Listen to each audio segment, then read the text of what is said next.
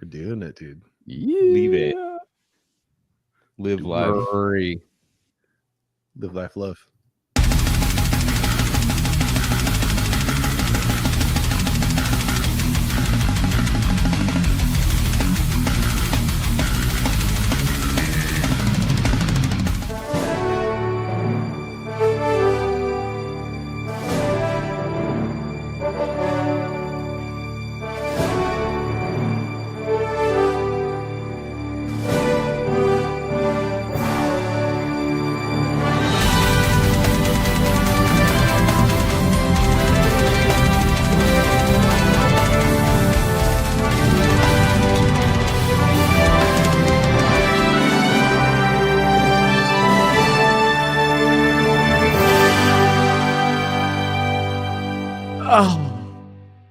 Welcome. Dude, that's hilarious. That killed me, dude. What is going on, everybody? Cali Death Podcast back once again. Oh, such an epic intro, dude. I could not stop laughing, dude. Woo!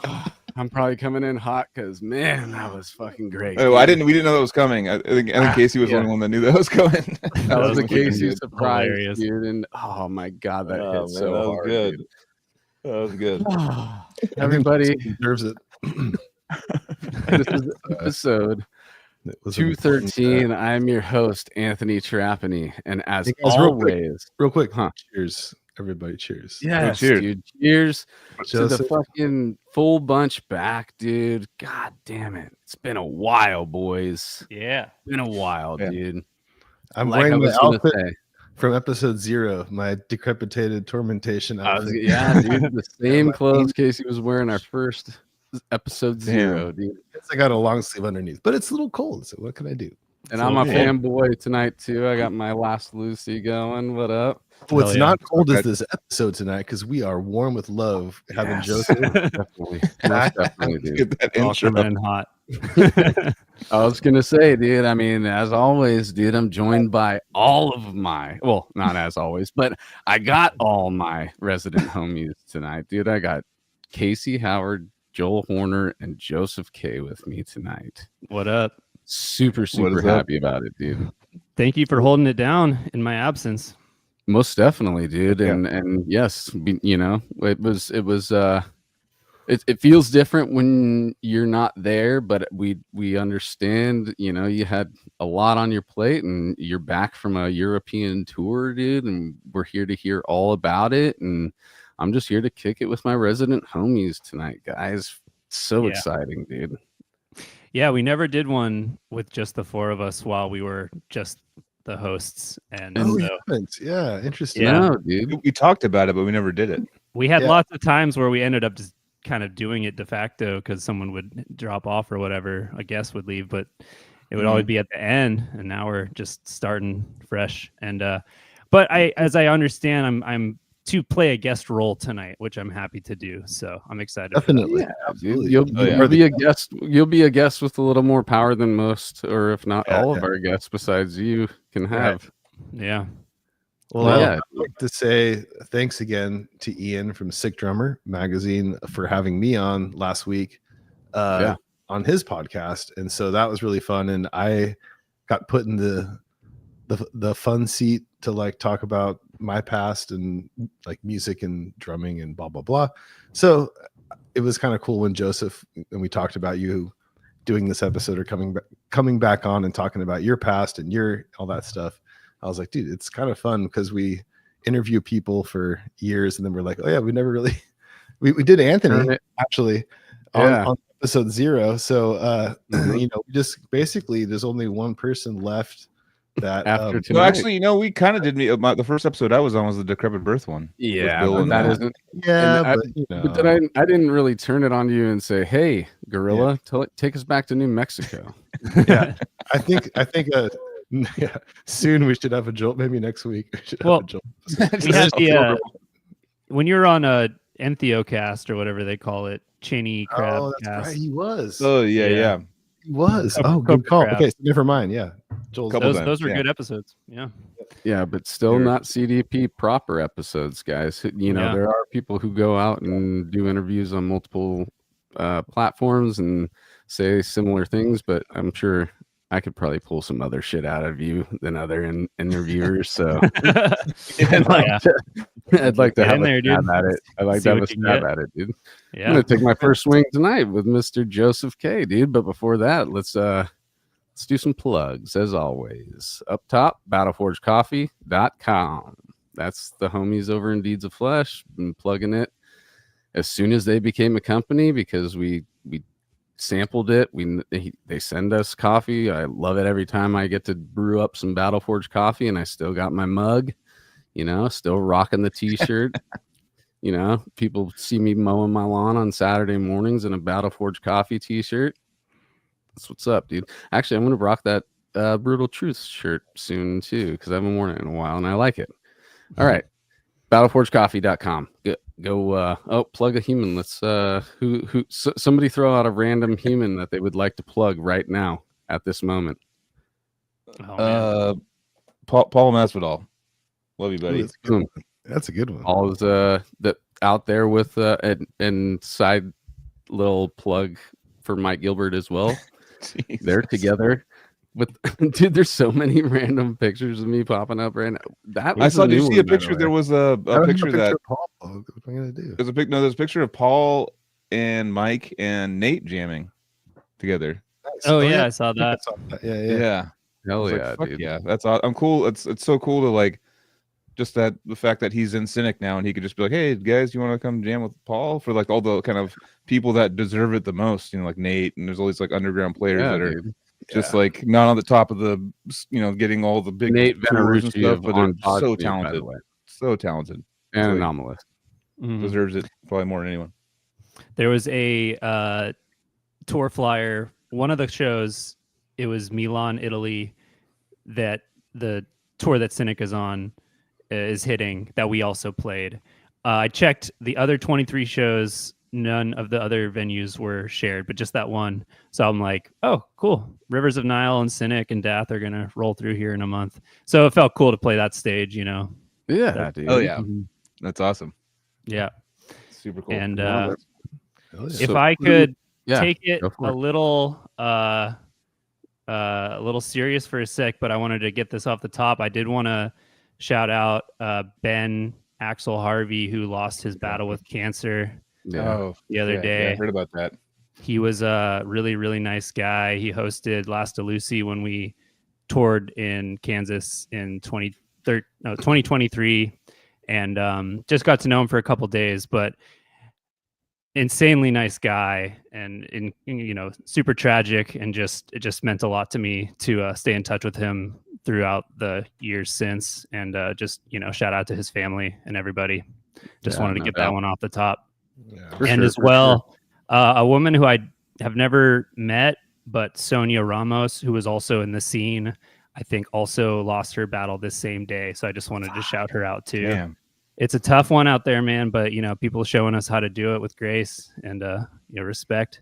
But that being said, it's got to go on, and yeah, so a lot, lessons learned, and enjoy life while you can and share it, and that's what I've been hoping to do tonight. So yeah, that seems always kind of like people always say like live every day, like like, and then when you actually as you get older, you see like people, your peers and stuff, and like going away, and you're like, shit, I really do have to like just look out the window and just be like, this is fucking awesome. This is like just really like take it in and really.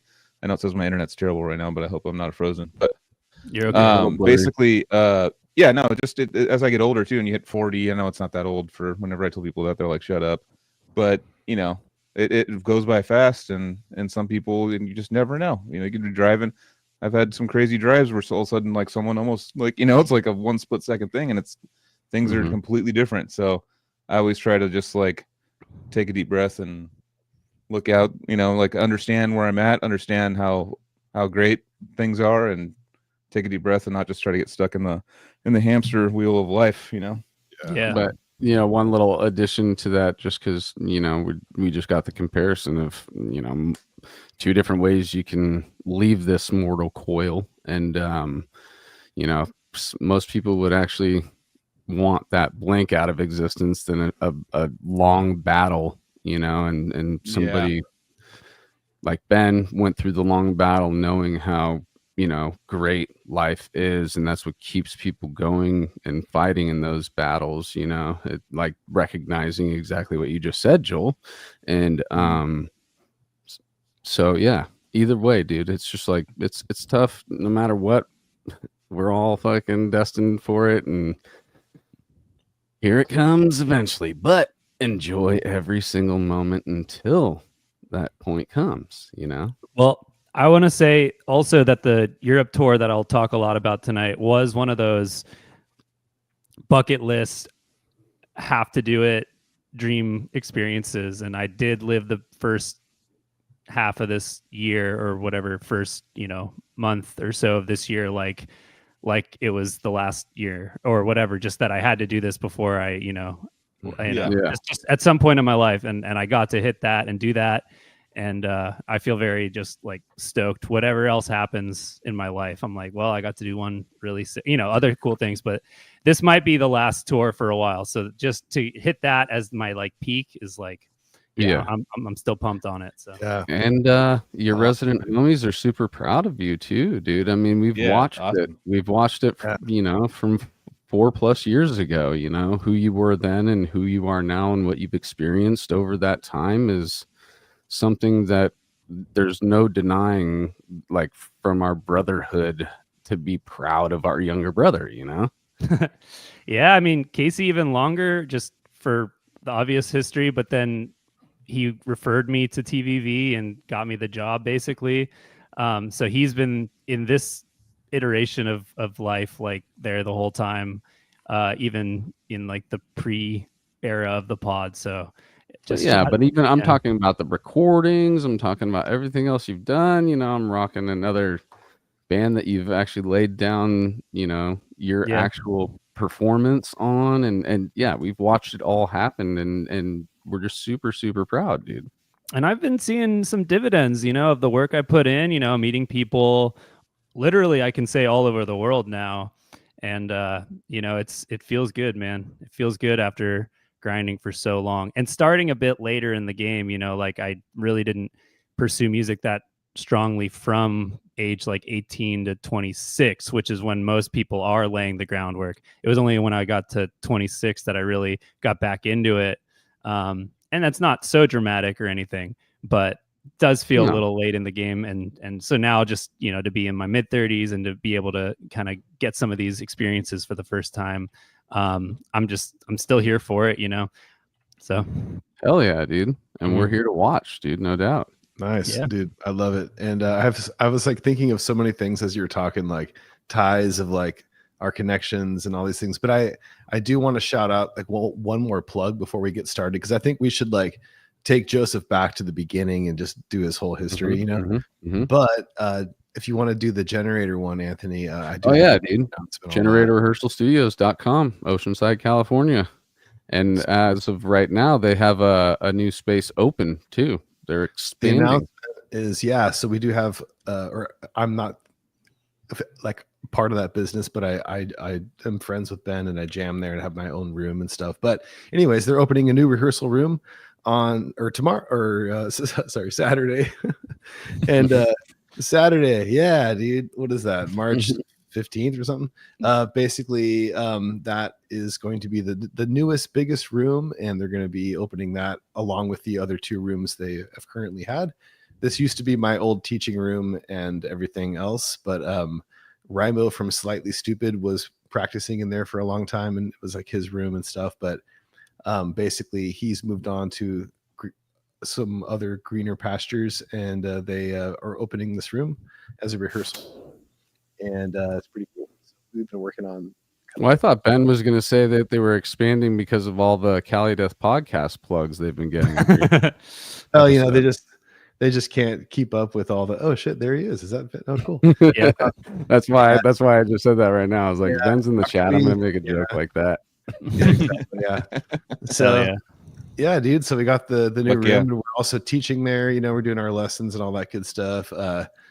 Little, you know, punk bands and metal bands and stuff, and we do shows like around and everything. So Joseph used to teach there, and so we'll get into all that when I had the school there. It's the same location. We're all just friends in Oceanside trying to play music and have a good time outside of work. And I love that room. I recorded an unreleased album in that room. you recorded, what was it? Transcend the Realm. Yeah. Transcend the Realm. Yeah. Exactly. Oh, yeah, Okay. dude. Anyways. That's when we first started doing the podcast. That's who I knew. Casey was like, I got this friend Joseph, and he's got this project, Transcend the Realm. And Transcend the Realm did a Bungle cover, right? Yeah. We did Ars Moriendi, the song from the California album. Yeah. Yeah, Totally, let's get dude. all the way there and start.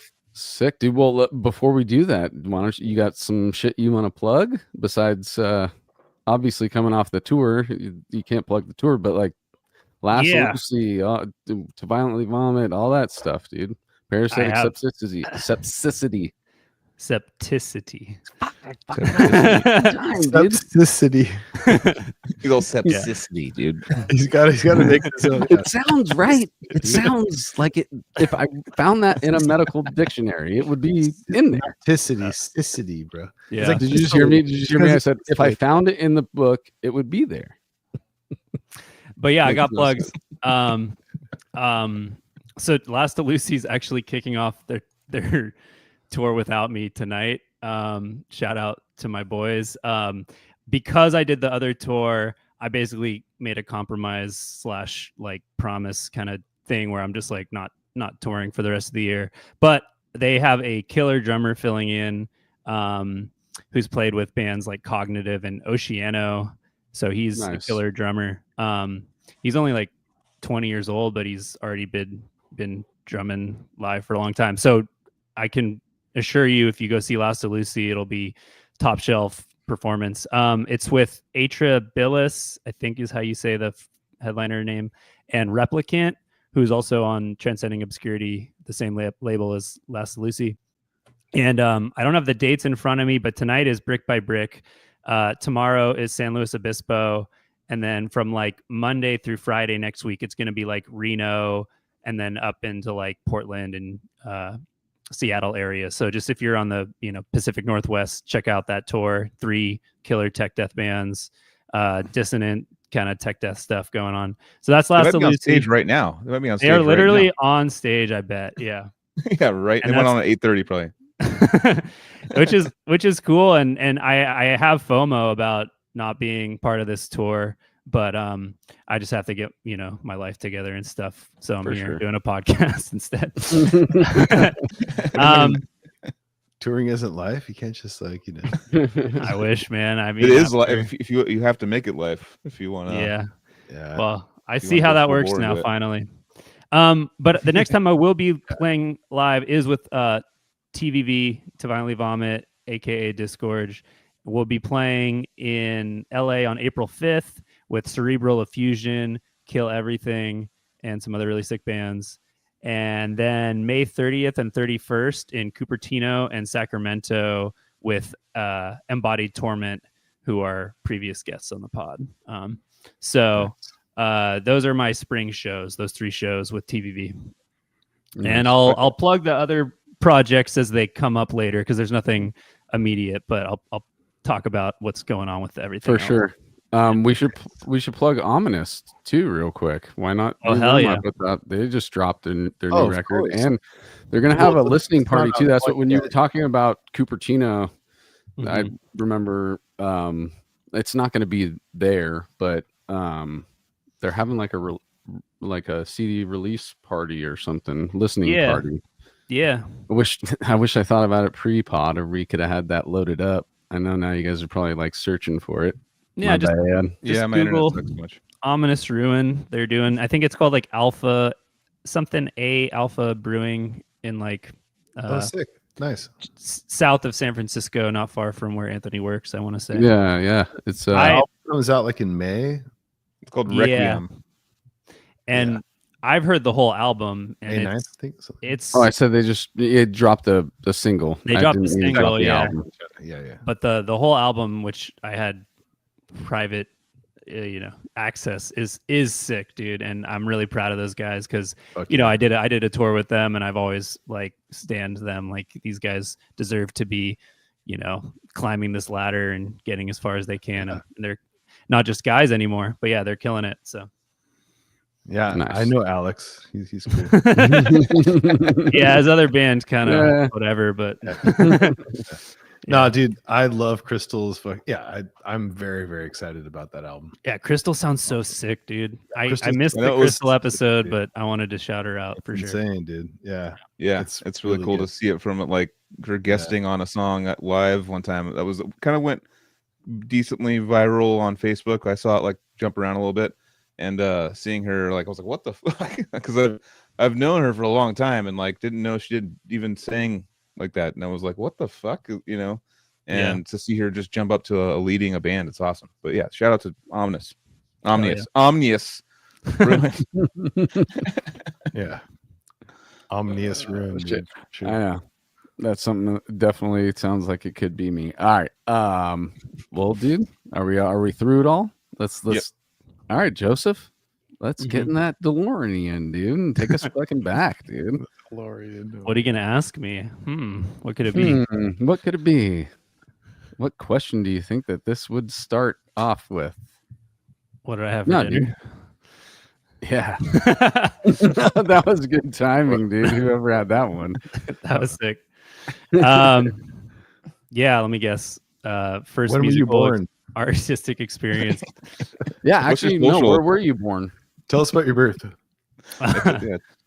I was born in Santa Cruz in 1990, and my first musical experience that I remember was probably 4 or 5 years old.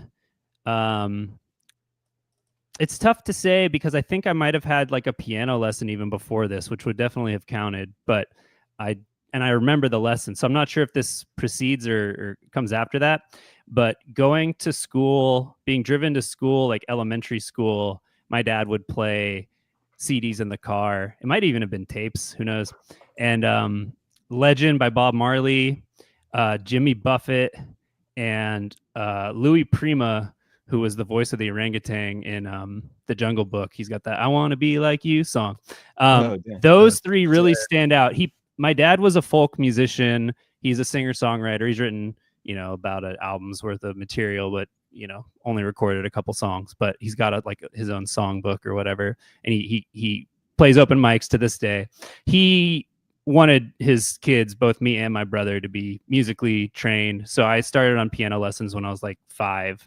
And he was, giving me the good stuff from an early age. And I definitely think Bob Marley, I'm going to raise my kids on it the same exact way. I think if you get those songs in your DNA early, it'll do good. I think it'll teach you a lot of the lessons you need to learn about peace and love, all that good stuff.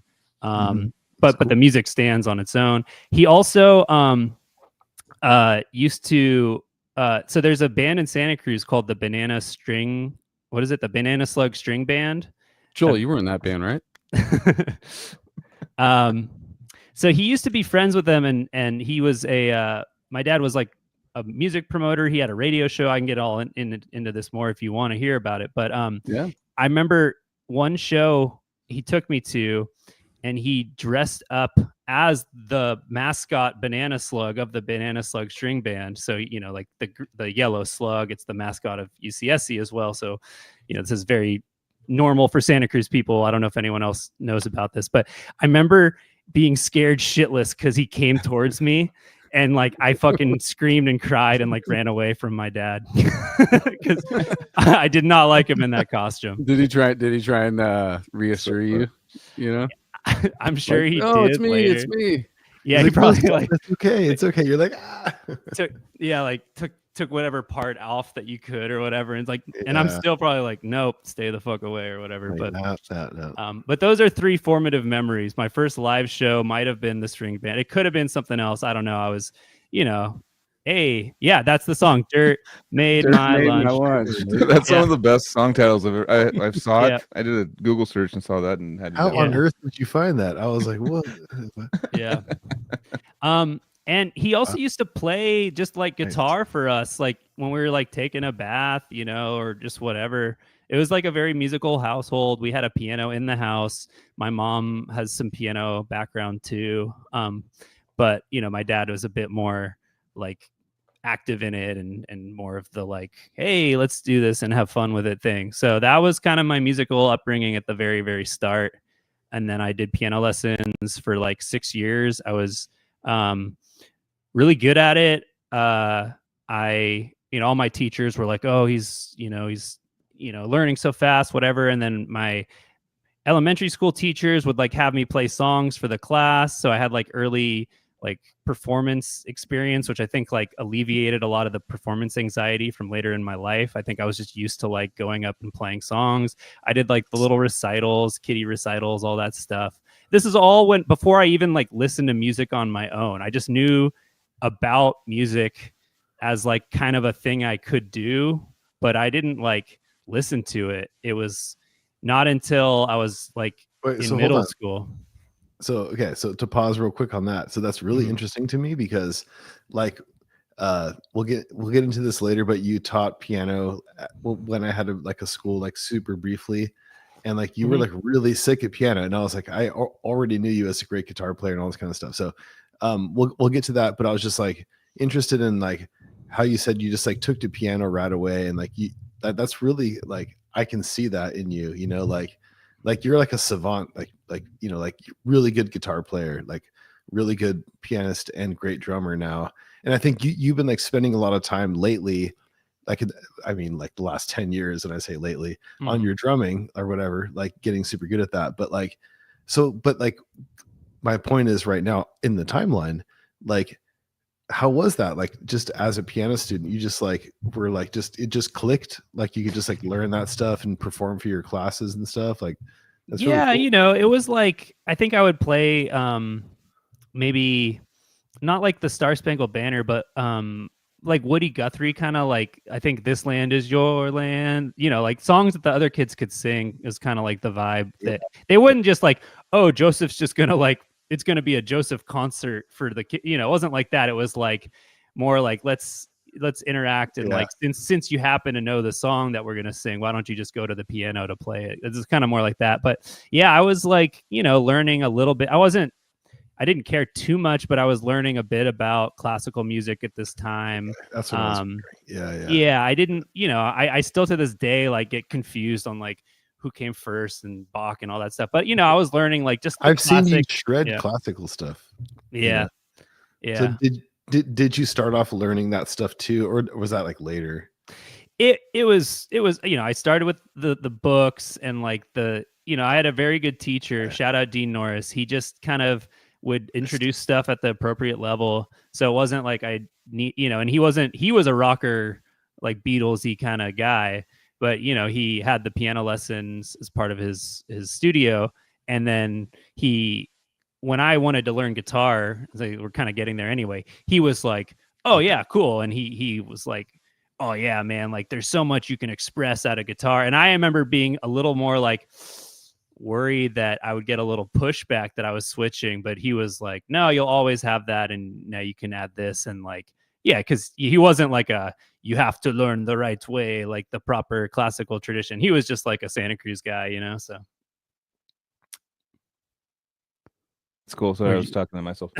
That's cool. I mean, I don't know, do you think the best route for someone being like a multi-instrumentalist is starting with piano? Well, okay. Yeah. Go ahead. Sorry. No, Joseph, you answer. I'm sorry. Yeah. Well, I don't really think so. No. I got excited, but I didn't want to. Yeah. Yeah. My answer is yes. I think you should learn a little piano because I think the layout of the keyboard makes it really easy to understand certain concepts, especially just the major scale being the white keys. I think if you can just, because I think on guitar scales you can't just directly see them, and on piano you can. And I think if you can kind of unlock a couple ideas using piano, then once you've got those, it doesn't really matter which instrument you're on. But I think there is a special visual advantage to learning on piano. I agree. Mm-hmm. I mean, that's kind of a classic like thing. Like, and I think like, I mean, I don't want to talk too much, but I think that thinking different platforms like of like musical expression, like on a keyboard, fretboard, percussion, drum set, like whatever, are all like relevant, cool things. Or even singing, like there's just nothing. It's like your brain. It's just like in the air, you know. So like I think it's cool to like think of something, and then like your brain imagines like a keyboard, you know. Yep. Or like a fretboard or something. So anyways, yeah.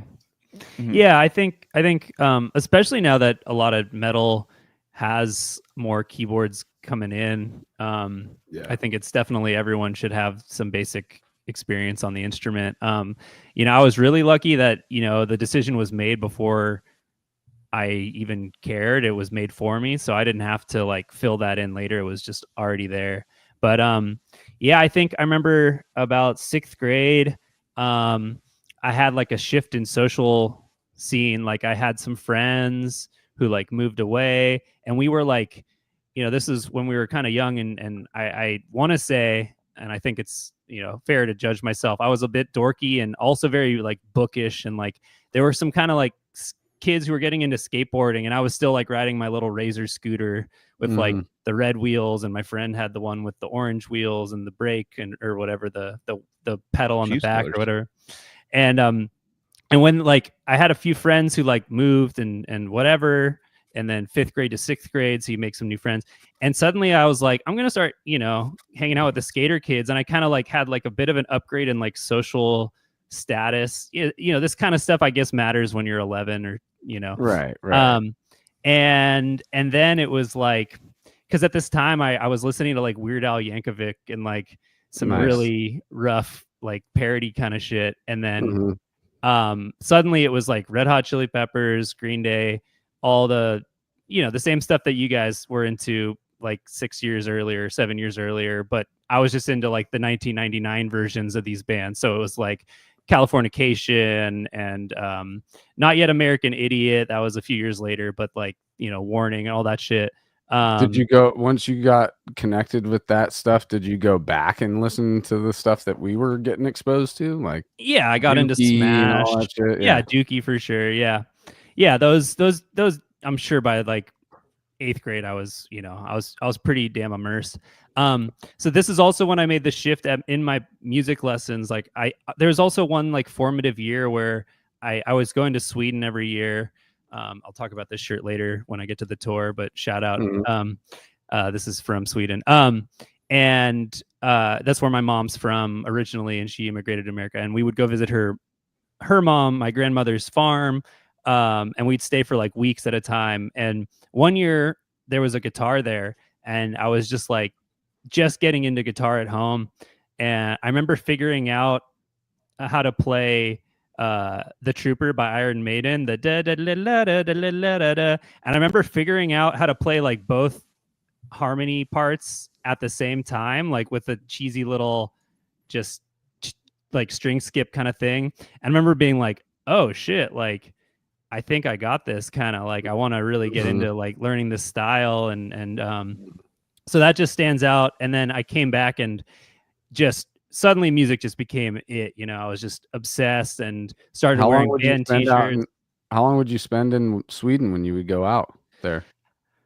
We would stay in Europe for like a month at a time, and we would spend like 2 weeks and then go to another country for like a week and then back to Sweden for the last week. And we did what this, other countries would you visit? I got to go. So yeah, this is where a lot of the Europhile in me kind of comes from. I got to go. I'm going to use literally my tour pass as a cheat sheet, because literally the first half of the tour I'd already been to. I'd been to Germany, Denmark, Sweden, of course, Netherlands actually not until high school, but I had, you know, I'd been there by the tour. France I had been, Switzerland I had been, Italy I had gone once. I'd also been to Greece.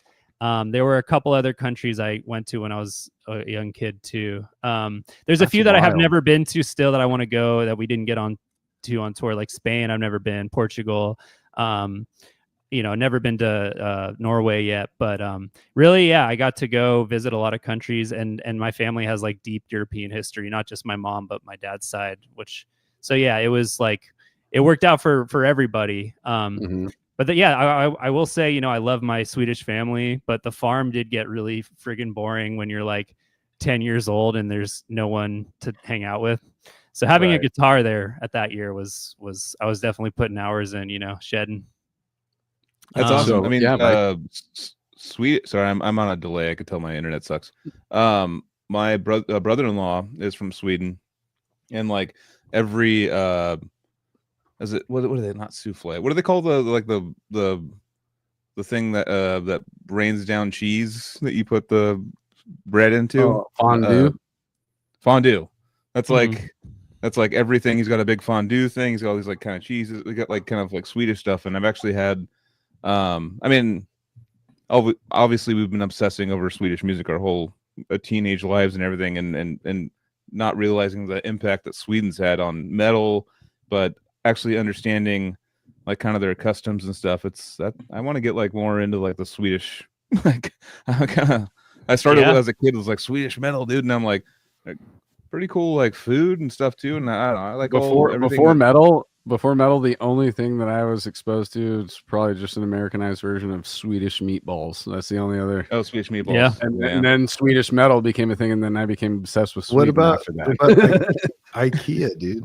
IKEA. Is that a Swedish company? Oh shit. Yeah. Ola England. Yeah. I'm just kidding. Oh yeah. I love Ola. Spawn possession. Hey, I don't know. Yeah. Spawn possession. Yeah, I will say, my mom, who's Swedish, now American, still shops at IKEA. It's a proud Swedish company. Everyone's there is pretty pumped on it too. That's true. Yeah. So I want to kind of get to Sweden by way of getting into metal, but just filling that in because I have, a lot of love for Swedish death metal and other styles there. But yeah, so I'm trying to think. So like 7th, 8th grade, there was a big classic rock thing too. I can't undersell, Jimi Hendrix, Black Sabbath, Led Zeppelin. Like I really got the like, classic albums and the Who and all that stuff. And I was like, a classic rock guy as much as the 90s contemporary stuff. And I was learning a lot of those songs like AC/DC. And this all came in handy for like teaching at School of Rock later, or just being at a bar and knowing the song when it comes on. And, I still go back and revisit a lot of classic rock music. So that was huge. And then, 9th grade, I think I got into punk really heavily. So that was, I literally had a leather jacket, like, Ramones, Sex Pistols, Bad Brains, Dead Kennedys, starting to get into some of the like political punk and whatever. And then, getting into more of the faster side of it. And then this is when I started jamming with other people. So this is when I formed like a garage band essentially. But at the same time, it was like Sublime and that Cali roots or Cali reggae stuff, white reggae, all that shit. And then the Expendables blew up out of Santa Cruz, and they were literally from my neighborhood, like Pleasure Point, like not even across town where like a Stratosphere was, but like right over here. And so I like my first show that I went to as like I wanted to go see myself was the Expendables were invited to play the SoCal High School volleyball teams, just like end of the season party or whatever. And they were just like the local band. And it was at the Live Oak Grange Hall, which is, like a mile down the street from where I am living today. And they had just put out this album called Getting Filthy, which is a killer album. I still stand by. It's a really important album to me. And they were just, it wasn't like a show like with, a lineup. It was just them. And they'd be like, what do you want to hear? And I happen to like know the album really well. So I was like telling them, can you play this song? And they just played it. And it was like, this is so sick.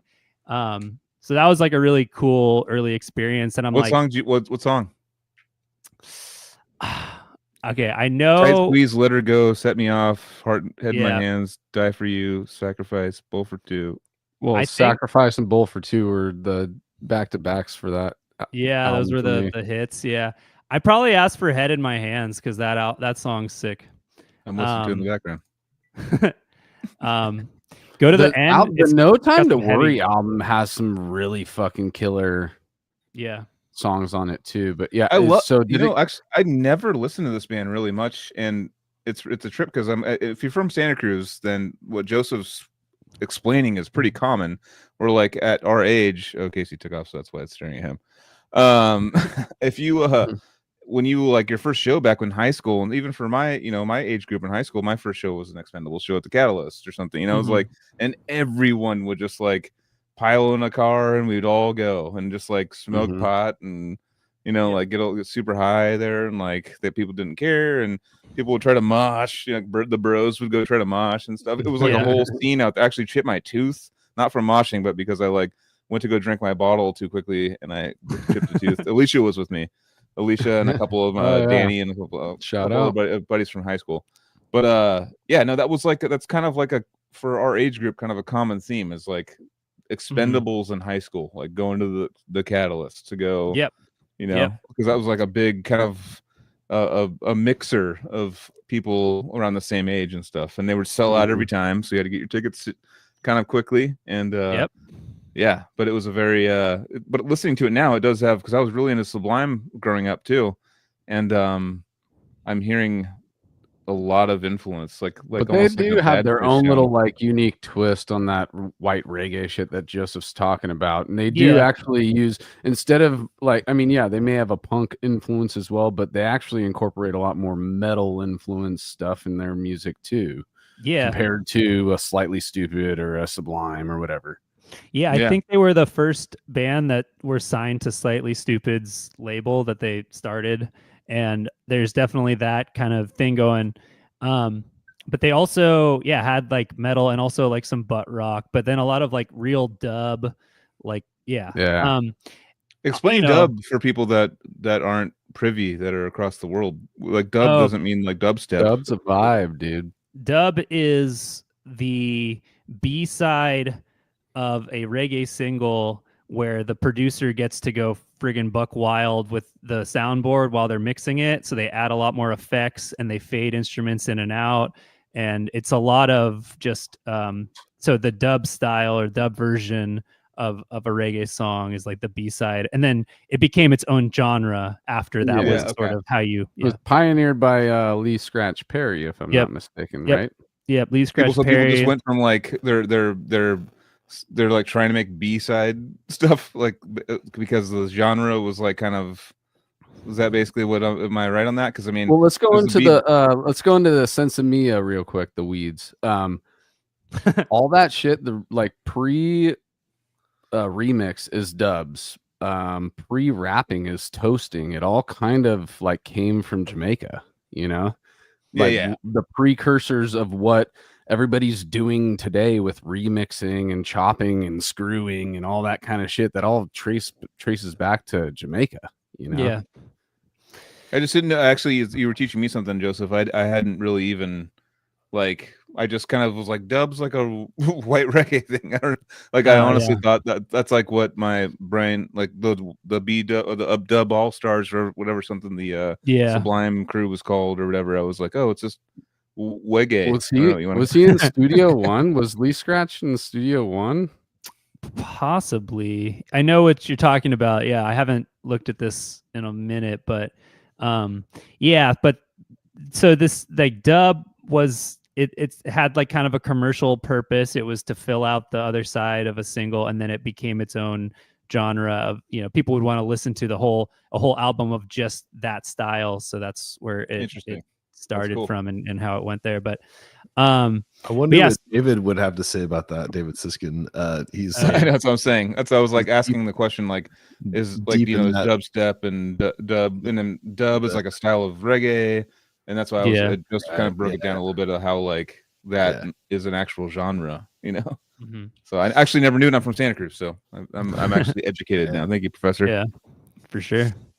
So my first like high school, like freshman year high school garage band was basically like a Sublime worship band. Like we wrote our original songs, but we also covered like sublime. And I think we even did Expendables songs too. And we wrote really crappy, cringy lyrics and tried to like sing with harmony and everything. Like I played bass in this band. Well, this is the start of where I was like the utility player. Like I could figure out and fill in whatever was needed. So I was a guitar player, but the band already had like 2 guitarists and a drummer. So I think I like got a bass just to like figure out how to play in this band. I might have gotten it just because I wanted a bass too. I don't know. But it was, you know, close enough in timing that, yeah, I was like playing bass. And we were called the Tranquils.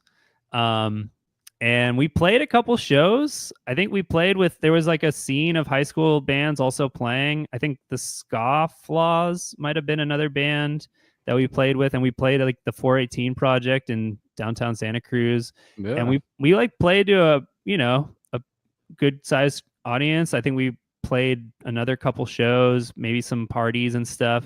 And then I also like started drumming around this time. It was like, oh, because I have the house where the band practices, maybe someone brought a drum kit for a while, but then at some point it was like, you know, we'll have our own drum set there. So then I just started messing around on the kit, and I was self-taught on drums forever, basically, until Casey. I gotta stop you real quick, dude, because I've always, you know, been interested in your multi-instrumentalism, you know, because my first exposure to you as a player wasn't even as a drummer. You were playing saxophone with Casey and Diego, and that was my first introduction to you as a musician, and to know that you were, you know, shredding up the sax during this improvisation jam that you guys were having, and then finding out that you're a drummer, and then you're a bass player, and then you're a guitar player, and all this shit. I'm like, God, what is that? Well, I'm already starting to see like the beginning of it, and it's almost out of necessity. Like it wasn't really like necessarily you were focused on learning a new instrument, other than just like, you know, like, oh, this band needs a bass player, I'll learn how to play bass. Now we got a drum kit, I'm gonna learn how to do drum. You know, it's just like you had these opportunities and you just took them, you know? Yep. It's awesome. Or even, there were opportunities, and nobody like asked me in those cases. I just was like, I could just see that if there was going to be a band, that this is my place in it. So I was just like, I'll just do whatever needs to be done. I can certainly just keep playing guitar on my own or whatever, you know. I never felt like it was sacrificing anything. Also, because you're in a reggae band, the bass is kind of like pretty cool compared to other styles where it's like relegated to whatever. But you're not just skanking, you're actually holding it down. And the saxophone did start even before. Yeah. So that was 6th grade band class over at Shoreline Middle, and shout out Mr. Fred. He taught a big piano class where every single kid in this classroom of like 70 to 80 kids had like their own little fucking Korg keyboard or whatever, Yamaha or whatever. And then also a real band with horns. So I started sax when I was 6th grade, and by the time I got to high school, I was 3 years down under my belt. And then I switched to bari sax. Now this was like my band teacher asked me, and it's an E flat. So alto sax is an E flat horn, and so is bari sax. So you read the same sheet music, so it was like a pretty easy transition. It's just an octave lower, but you read it exactly the same, as opposed to tenor, which is in B flat, where you'd have to like relearn how to read it and all that. So is just the lung power the same for each instrument too? I didn't have too much trouble with blowing into either instrument. I remember hearing at one point that the flute actually takes the most air capacity of any wind instrument, which there's no resistance, maybe. Yeah, because it's harder. It's not a reed. Out. Yeah, you're blowing over a little tiny hole, as opposed to blowing into something. So there's no alternate pressure. Yeah, so I never felt like, oh, I'm so cool because I can play this big instrument. There was also like tuba and whatever. So yeah. But yeah, so I was getting the band experience at all going in. So yeah, already at this time I was like in 9th grade, like, you know, playing horn at school. I think I even played piano in the jazz band at school. And then I had like a couple garage bands. I did a punk band where I started playing drums. We were called the Jane Fondas just because we saw like the Jane Fonda fucking VHS tape at the. Do you guys remember? Not the obviously not Blockbuster, but it was like East Cliff Video on Portola Avenue, or there's now I think a Little Caesar. It's across from where Aloha Island Grill currently is. Well, that was our local video store. So it was just we saw the DVD or the VHS anyway. That were you know how it is when you're a punk band. You don't it need to have exactly a reason. like how to find a punk band's name. Just go to a fucking rental store and yeah, whatever pops out to you. Yeah. So then I was like, I was a happy little kid. I was feeling it, and I was getting all these cool musical experiences, and then I remember, I think in like 8th grade or earlier, we had like LimeWire on my friends or Kazaa or whatever. And we were like downloading Metallica songs. And then I remember he'd be like, dude, have you heard of Slayer? And I'm like, no way, let's check it out. And I remember like to this day, the Rain Blood Raining Blood riff, or not even the riff, just the intro with like the ambience, like it legit like scared me. And I've really never felt very scared of music except for that one time. Maybe like the soundtrack to The Shining will fuck me up to this day, but I still think that that's like the most metal in terms of that atmosphere being conjured. It's like there's nothing really else like it. And I remember it got too extreme for me, that like when you can't understand what the guitars are doing, and like Tom is just kind of like screaming in the more like hardcore punk style. It was like too much for me already. But then I kind of like would get past that and get back into it when it was like the da da da da da breakdown part. But yeah, I wasn't like hooked on it right away, and I also had like hangups about metal from the start because I was like, I don't know about like all the evil. I just didn't feel like I was like an evil kid, or I wasn't looking for like that darkness, it was like purely like a musical interest and like just kind of what's the style. And then the drums, it was all about like how fast the drums were going, because that's when punk kind of burnt out. I was always looking for like the more thrashy crossover. So I was like getting into thrash, and it was just about like, oh, that's so cool. And I used to like really hate, like at a certain point, I just couldn't listen to like AC/DC rock anymore, because I'm like, just the fucking backbeats are so boring, and I just wanted something that was pushing the tempo. Mm-hmm. And then I remember listening to Hammer Smash Face by Cannibal Corpse and not liking it, just being like, this is way too much. Like, I don't like this. Like, I didn't know it was a blast beat, but I'm like, this doesn't push forward. Like, I didn't know how to feel it. So I had I had these kinds of hangups, and it wasn't until Arch Enemy, which is now a gateway band for me, but I still go back to the first like 4 or 5 albums, and the first couple with Angela. That was like, okay, I get screaming now. It certainly helped that she was like a hot Swedish woman. That was like, okay, like that, I don't have to worry about her being like some fucking rapisty, creepy guy or whatever, clearly isn't. So it's like, I wasn't sure with Cannibal Corpse, or whatever. There was a rumor that she was a police officer. I don't know if that's true. Yeah, I don't know. She looks like one of those like border guards from Canada, like will kick your ass. Look. I just remember somebody was spreading that rumor because they played at the Pound, and I remember that was one of those bands, my first introduction. And then the At the Gates, connection came later for me. And she actually is German, but the band's Swedish. I just remembered, but just to correct myself.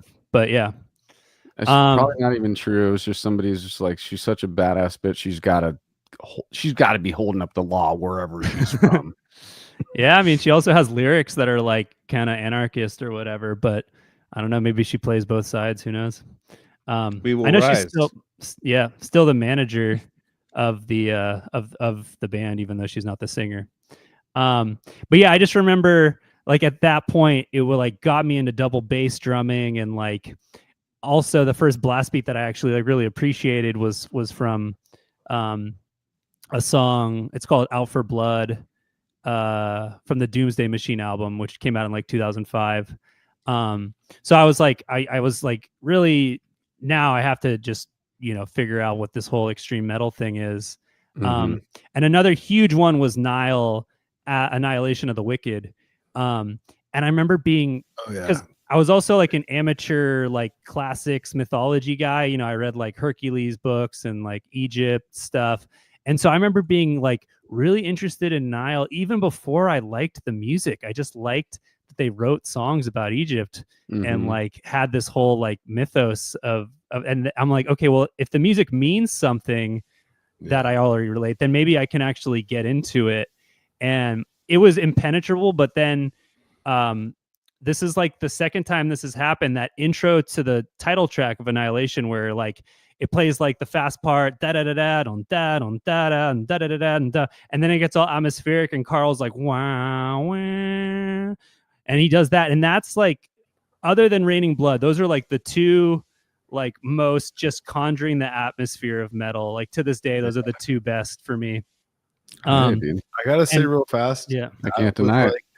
Dude, that was back. It was so insane when that came out. Like it was so, like nowadays, all you guys, all you young cats can just play the most insane shit, you know, like doubles and everything. But like back then, dude, that was like 2006, 7. What was that? Was 5.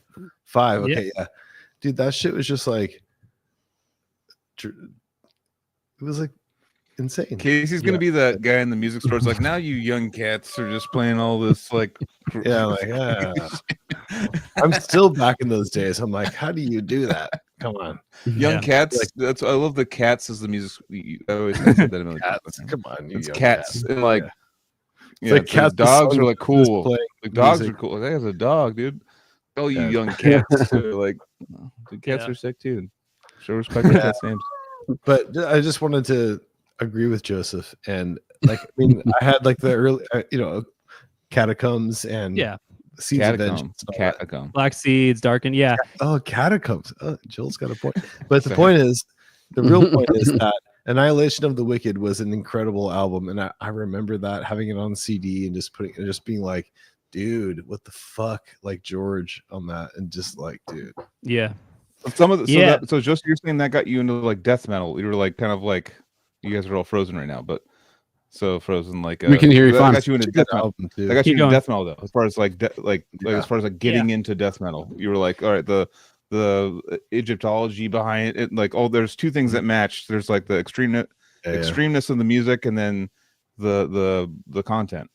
Yeah, for sure. It was like I had to do my homework and figure out like what it was in the music that was able to sell the vision, even like the aesthetic, if you will. Like I was already on board with the idea of having this kind of band. I just had to get behind having it with like drop A and like incredible tempos, and I was just so obsessed with Nile, and I got into the back catalog, the first 3 albums. My copy of Annihilation is now signed by George, which I'm proud of, and I got it signed like 2021 or 2. But yeah, that's still to this day, and I've had this conversation with so many people my age. Like that was a huge gateway album for this generation. And then stuff was starting to cook in like Santa Cruz, of course, Decrepit, and you guys joining. And my first like underground death metal show was the Death by Derby with Inherit, you guys, Brain Drill, and was there was a 4th band on that bill, but I remember at least those 3. I have the flyer saved on my computer. It was that was my first time ever playing with Decrepit. Yeah, so I was there. Wait, at the 418? No, Vets it was at the Vets Hall. Oh wait, what was it again? It was Brain Drill, Decrepit, and I think Inherit Disease. There was a lot of people there, right? My brain like adds people. It got drilled. Like, sometimes I feel like sometimes it's like, was it that big, or was it not that big? But I remember like there was there roller derby people like roller derbying while we were playing or not? Oh, probably. I forget. No, that wasn't. Okay, see, my brain added that. It wasn't Animosity, was it? No. No. I don't think so. I have it saved. I had a Taste somewhere. of Blood, my old band. Oh, it might have been like Blood, yeah. With a demon carcass. It might have been embryonic or something, devourment. Oh yeah, you might be right. Yeah, yeah, that makes more sense. That sounds more nice. Yeah. But yeah, so Decrepit for me was like, it was one of those like, holy shit, like And Time Begins. Like, I like the fucking art. I like the aesthetic. I like the idea of it, but it's like, it's too much for me as a little kid, you know, or like even at this point, I'm like 15 or 16.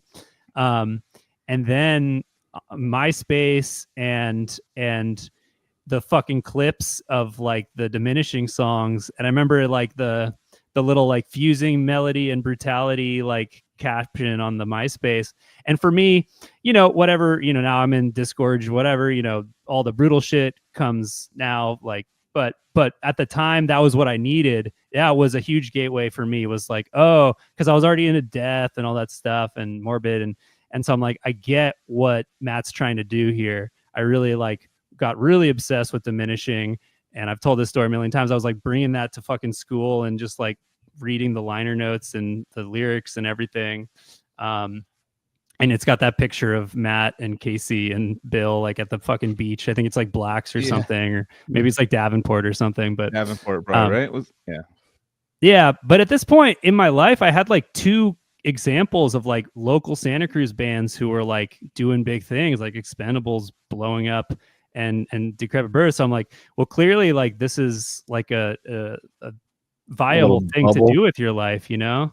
And I liked the Stratosphere at this point. I was into like avant kind of guard stuff. So, you know, it definitely felt like, you know, I could be a musician if I wanted to.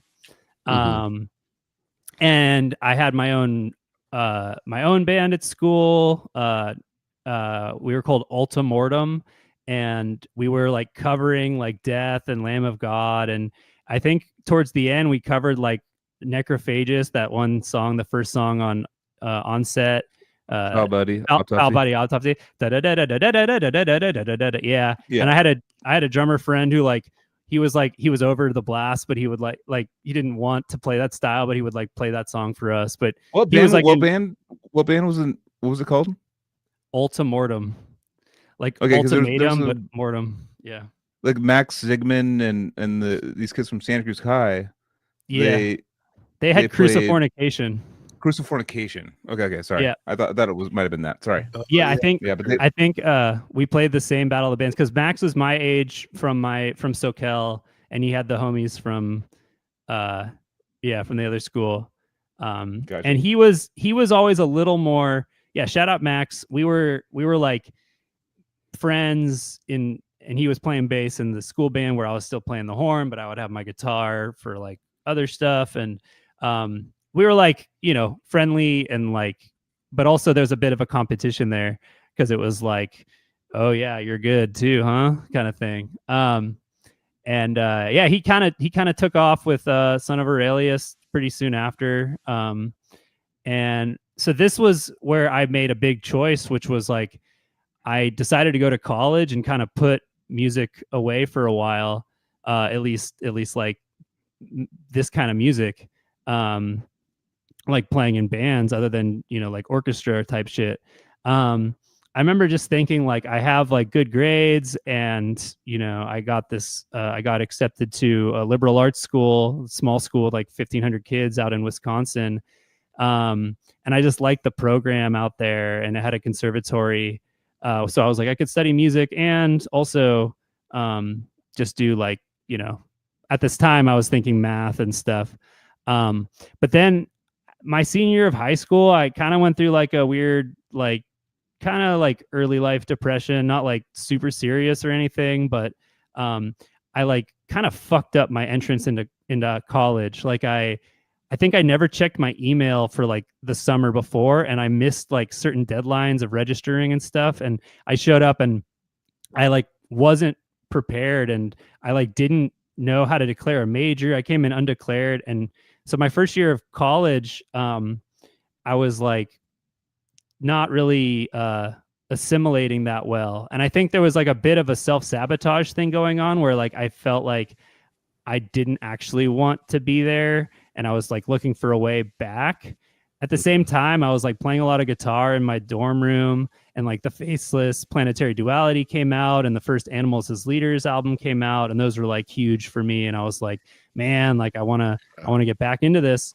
So I actually transferred to UC Santa Cruz for sophomore year. So I told all my like now college freshman friends, like, sorry guys, like I'm dipping. I went back to Santa Cruz. This is 2009, and I joined up with a death metal band called Kanos.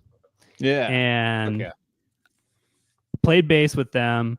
And this had Riley McShane on vocals, who we've had on the pod, you know, of course, you're familiar, not doing anything currently, but, you know, Allegiant, all that stuff. At this time, he was doing Kanos. He did Inanimate Existence soon after and all this.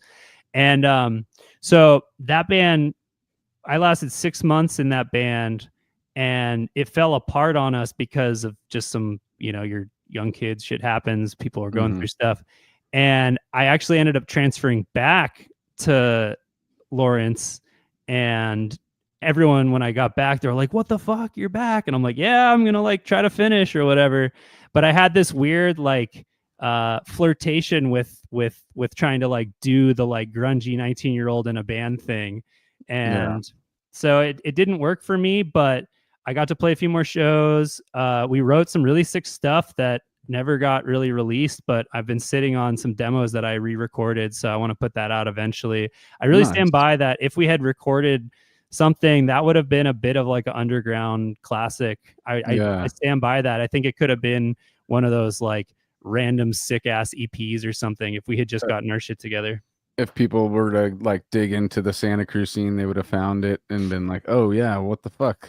Because then you discover, like a lot of the bands that are like that underground legendary bands like Dripping or Orchidectomy or whatever, like they were just like, you know, just kids fucking around, and that's literally what we were doing. So why, you know, and we were getting into kids fucking around that are like on the outskirts of these bubbles that we're talking about here. Like you caught wind of what was going on in Santa Cruz, and enough was happening to make you feel some kind of creative energy and want to like, you know, expel it yourself too. Yeah, you wanted to represent, you know. Yeah, I was 100% like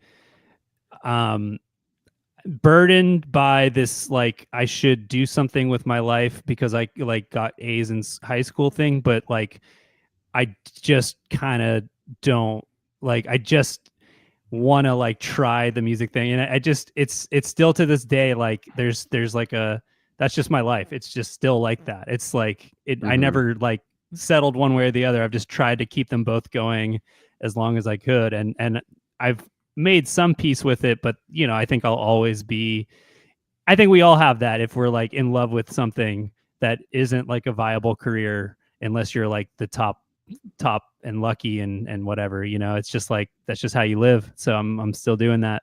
Yeah. But so then all right, so Kanos was a 6 month thing, and then that dissolved. So then you're like, all right, what the fuck do I do now? So I went back to college, and I kind of figured out what was missing.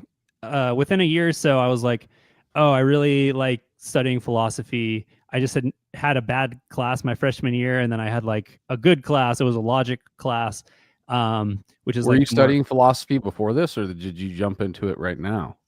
I had taken one philosophy class my freshman year, and I didn't like it because the teacher and the material, it just wasn't not the style of philosophy that I later got into, which is called analytic philosophy. Once I took analytic philosophy, I was like, oh, okay, I get it. Like, this is the real shit. This is what I like. Yeah. Doesn't sound like it's like music. You're like, dude, they were doing like pop philosophy, dude. I was more the more technical, progressive shredding philosophy. It's literally technical. It's technical death philosophy, dude. Yeah.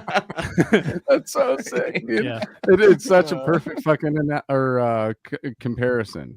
Yeah. Yeah.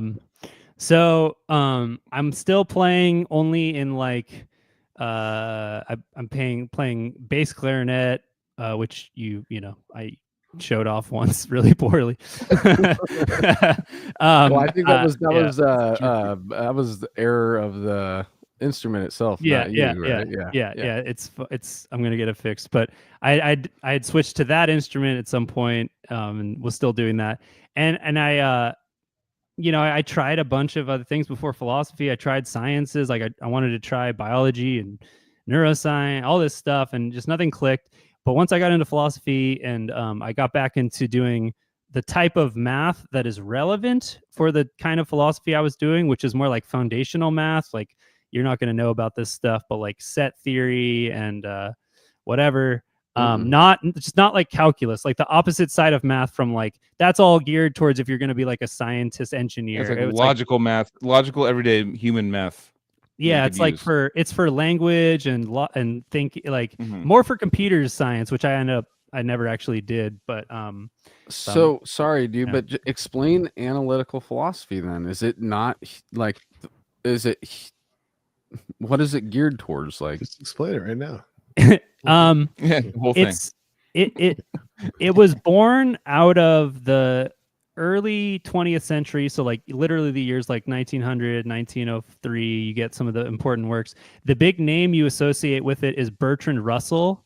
Russell's famous not just in philosophy, he was also like an anti-war, anti-nuclear weapon activist later in his life, kind of like an Oppenheimer type guy. So at this time, he's a British mathematician turned philosopher. They're really into this thing that happened in math where you axiomatized it. So before this, mathematics was just kind of like whatever works. But then people started drilling down and really wanting to make sure that everything was like on like secure foundations, because they wanted this project where you start with the axioms, then you prove everything from there. And when they saw that you could do that for math, they wanted to try to do that for every other field of inquiry, like science, ethics, like theories of the good. And so it was this tradition at the time starting out. It was like a new approach, and it has become a tradition based in this approach to doing philosophy in accordance with the principles of like first principles mathematics and stuff like that. So you like you could use it for like humanity too, like on a because I'm thinking of like psychohistory from the Asimov Foundation books, where you can predict things on a grand scale if you involve everything. Yeah. Okay. So that involves like statistics and probability and stuff. And I can. So that's not the same thing. Not really. No. Okay. Since then, basically, analytic philosophy is it's about 120 years old. There are precursors, but so I see in the chat, someone's asking like Jeremy Bentham. So because Jeremy Bentham was from like the 18th century, he's just around before the tradition really started. But some people will like claim there are these like proto analytic guys, and he could be considered one. Like you might consider, I don't know, like Blue Cheer a metal band or whatever, even though they're that's exactly. I was thinking about the metal comparisons. Like some people say that he did the first blast beat, but I don't think that like he actually did the first blast beat. I think it was like all right, like I think it was yeah. Keep going. Sorry. Yeah, but no, when you're asking like what it's used for, like a lot of it was trying to solve classic philosophical problems, like what's the relationship between mind and nature and physical reality, or what's the nature of the world, like metaphysical questions or epistemological questions, like what can we know, what's the limits of knowledge, what justifies our beliefs, things like this. So finding that through mathematics. Yeah, so using math as the template, like, so this is what works for doing math, let's try doing it that way over here with these problems. Yeah. And it shows, obviously it's been going for 120 years. So what things, I don't know, what's like an example that analytical philosophy has like benefited humanity on a grand scale somehow? Oh, I don't know if it has, to be honest. I mean, a lot of people say that it took a wrong turn and that we should have never tried. But I think some important philosophers like have been kind of in the analytic tradition. Karl Popper, he's pretty famous for his attempts to do philosophy of science. He came up with this notion of falsifiability for scientific theories, so that's important. Peter Singer kind of has a bad rep these days, but was pretty popular in the 70s for trying to make utilitarianism popular again, and he kind of had like a analytic approach. I could name a couple more like kind of pop celebrity type philosophers, but here's the thing is that it really isn't to be judged by its popularity. It is more to be judged by its own internal standards. Like it's become a bit like separate from trying to win big. Like the big popular philosophers these days are tend to not be analytic philosophers. They tend to be from like either the continental tradition, which is another thing I should, I don't want to have to explain, but you can ask, or they tend to be more generalist or just like historians. So there's all these other options to be, and yeah, so it's just what other kind of fringe philosophies are like kind of wild that you've come across? Oh man, that are still taught in the in like schools. There's tons of crazy views, like positions. What's crazy that's taken seriously these days? Panpsychism is taken seriously in some circles, which is like the idea that everything is conscious, including like electrons and stuff. Tables, they have like a rock, like a rock, and that rock's communicating with me right now because they're trying to solve this problem. It's like how can consciousness just like suddenly turn on at some point in evolution? How can it just like, so maybe it just was always conscious and then it just gets more conscious, but there's consciousness all the way back even to like the so that's panpsychism. That goes with the question. It's like, why did consciousness harness itself in these moving things? Why can't it also be in something that's inanimate? Yeah, there was a really cool video I watched about the consciousness thing with like Neil deGrasse Tyson and stuff, and like AI and all that kind of stuff. That's an interesting concept for sure. I was a big nerd. Consciousness or what, That's such it's just an infinitely debatable concept because how do you prove, like, besides you can prove consciousness with like humans and stuff and animals, blah blah, plants, things, but plants you start getting deeper, but like get to like rocks and you're like, fuck. And it's like you keep getting deeper and deeper into it, and it's like, fuck, dude, you're gonna like, it's fun. I think that's fun when you get to like rocks. It becomes fun. It's not anything that's gonna learn anything from. I had a pet rock. When I was a kid. That's your consciousness, not the rock. Dude, a pet rock is a common thing. It's a common thing. So why would we be? It was a common thing in like the late 90s. I bet you anything right now it's still a thing. I bet you there's a company that sells rocks right now and calls it a pet rock. Well, yeah, there's probably I didn't buy it. I went and found it while I was camping like a real kid, but I don't buy. But what was the internet? What makes a rock a pet rock though, rather than just a regular rock? You assign it a name and you start to talk to it. That's it. So it's on you. It's just you're the sociopath that controls their world. It became an animate thing. That's whatever I say it is, dude. Because it's in my imagination. Because me and I and that rock, and not you, but I. But there's times where you just feel like consciousness is right here, but then other times it's like you're having it's such a hard subject. It's a really hard subject, but obviously Joseph's done a ton of research on it, but like to just like dial down, it's like very interesting. It's like ever expanding. Like it just takes you into so many different directions that you're like, and it's like the universe. Like thinking about the universe, your brain just goes like a hole just opens and blood just starts shooting. And after a while, you're like, how big the universe is. You're like, how does even? So there could be infinite. You just start like you're like, all right, your brain just like immediately just goes like overload, dude. I don't. It's cool to actually get down to like the because the things that like you were talking about earlier, because it it's mind blowing. It's just all mind blowing stuff, you know. Oh, I blew my mind for 10 years straight, dude. I was You're just gonna have no more serotonin or anything left. Yeah. You're just gonna be like, whatever, dude. I've seen it all, dude. I literally I'm a jaded as fuck like ex-grad student. I'm like, cool. I explored the mysteries of the universe and now I don't have a job. Pretty cool. Yeah. It's like I didn't go to Nam and now I'm one of the anyway. Yeah. That's really, Could have studied business. Yeah, it's like a mind blown or whatever. You know, it's like sure. yeah. I had to worry about what was real instead. Yeah. Joseph, it's like going down rabbit holes of psychology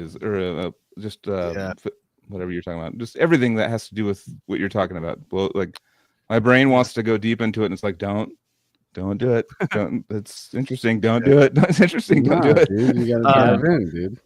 So Joseph, I posted the video I was talking about. This dude, like ANIL. Yeah, Anil Seth. Yeah. Okay. So yeah, the name's familiar. So yeah, that's really interesting.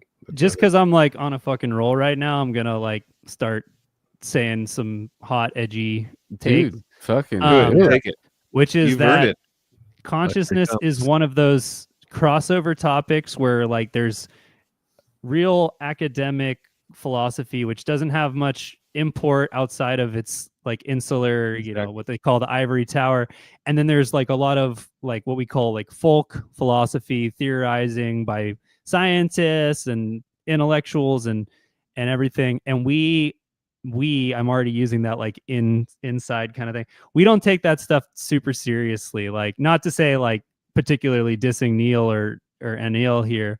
But it's fun. Neil Right? Tyson. It's fun. It's fun to talk about, but I'm like I expect my like conversations, because I've been in these classrooms and seminars with like, and you know, this is to foreshadow that I went to grad school and all that. But yeah, I've like really heard like people who are really good at arguing and making points like talk about all this stuff, and it's like I can't really go from that to like this folk area and take it super seriously. It's kind of like, yeah, not that it makes me sound a bit maybe like, you know, snobby or whatever, but I think that's where I'm coming from at this point. And it's not to say like everyone should do that. It kind of ruined it. It's almost like it makes it tougher to enjoy the normal things in life when you've like hit it so hard, like certain things so hard and spend so much time on it. And then in my case, it kind of ended up not working out in certain ways because I like wasn't able to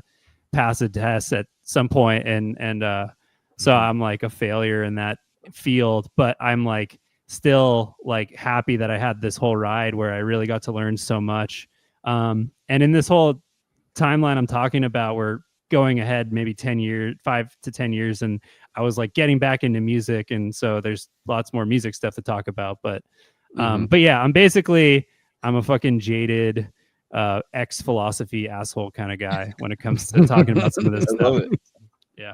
No, it's all good, dude. Like logic, like real fast, like logic classes and like just general logic equations and all that shit. Like I never had to do that, but I remember like David, right? And yeah, they had to take those classes in college. So like just because to end this topic and all, you know, logic equations, I don't know. Like I don't know how to ask. Like, well, it's all like why I'm fuck. I'm like I don't know. Like it's all computers. That's if Joseph was like, oh that thing that you put in the thing, he's just all like, oh yeah, it's like the Disturbed of what I'm getting into. Like exactly. So I'm just on a possession at it. Yeah. He's like a metalhead or someone that's like, I'm a metalhead too, dude. You ever heard the song? Well, you know, like check out this Linkin Park remix, dude. It's like, yeah, like a philosophy guys going like, oh, dude, fuck that shit. You know, it's like, do you have to like teach that stuff? Like, do you have to be like logic equations and like start like explain logic to us. Just explain logic to us completely. Yeah.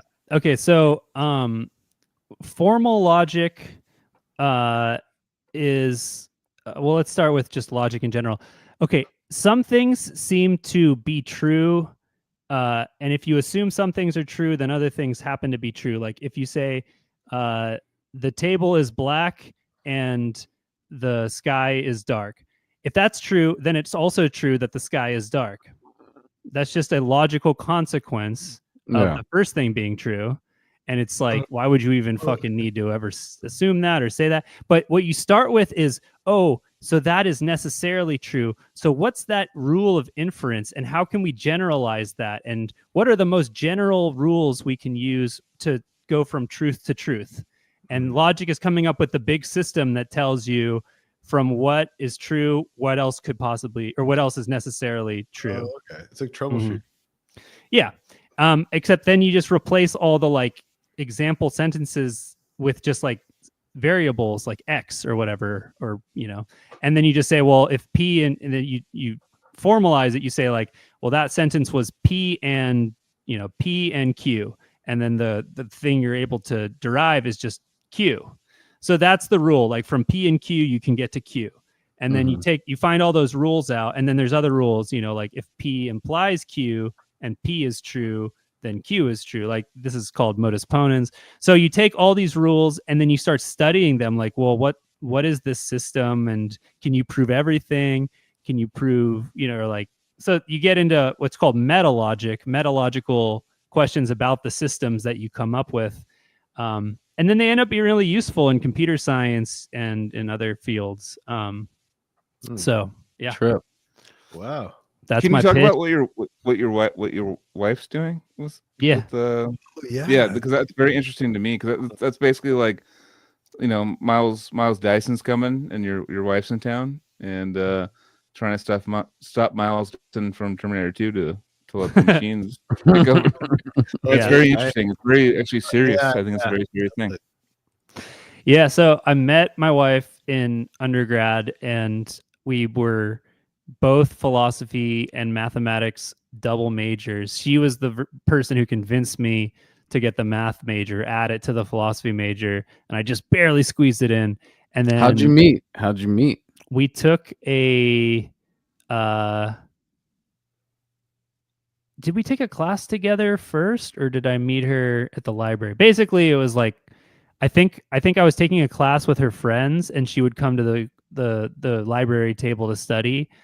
And so I met her there at the library, and then we ended up taking classes together. And it was a very nerdy college romance where we're helping each other study, or mainly she was helping me, and then we fell in love and all that shit.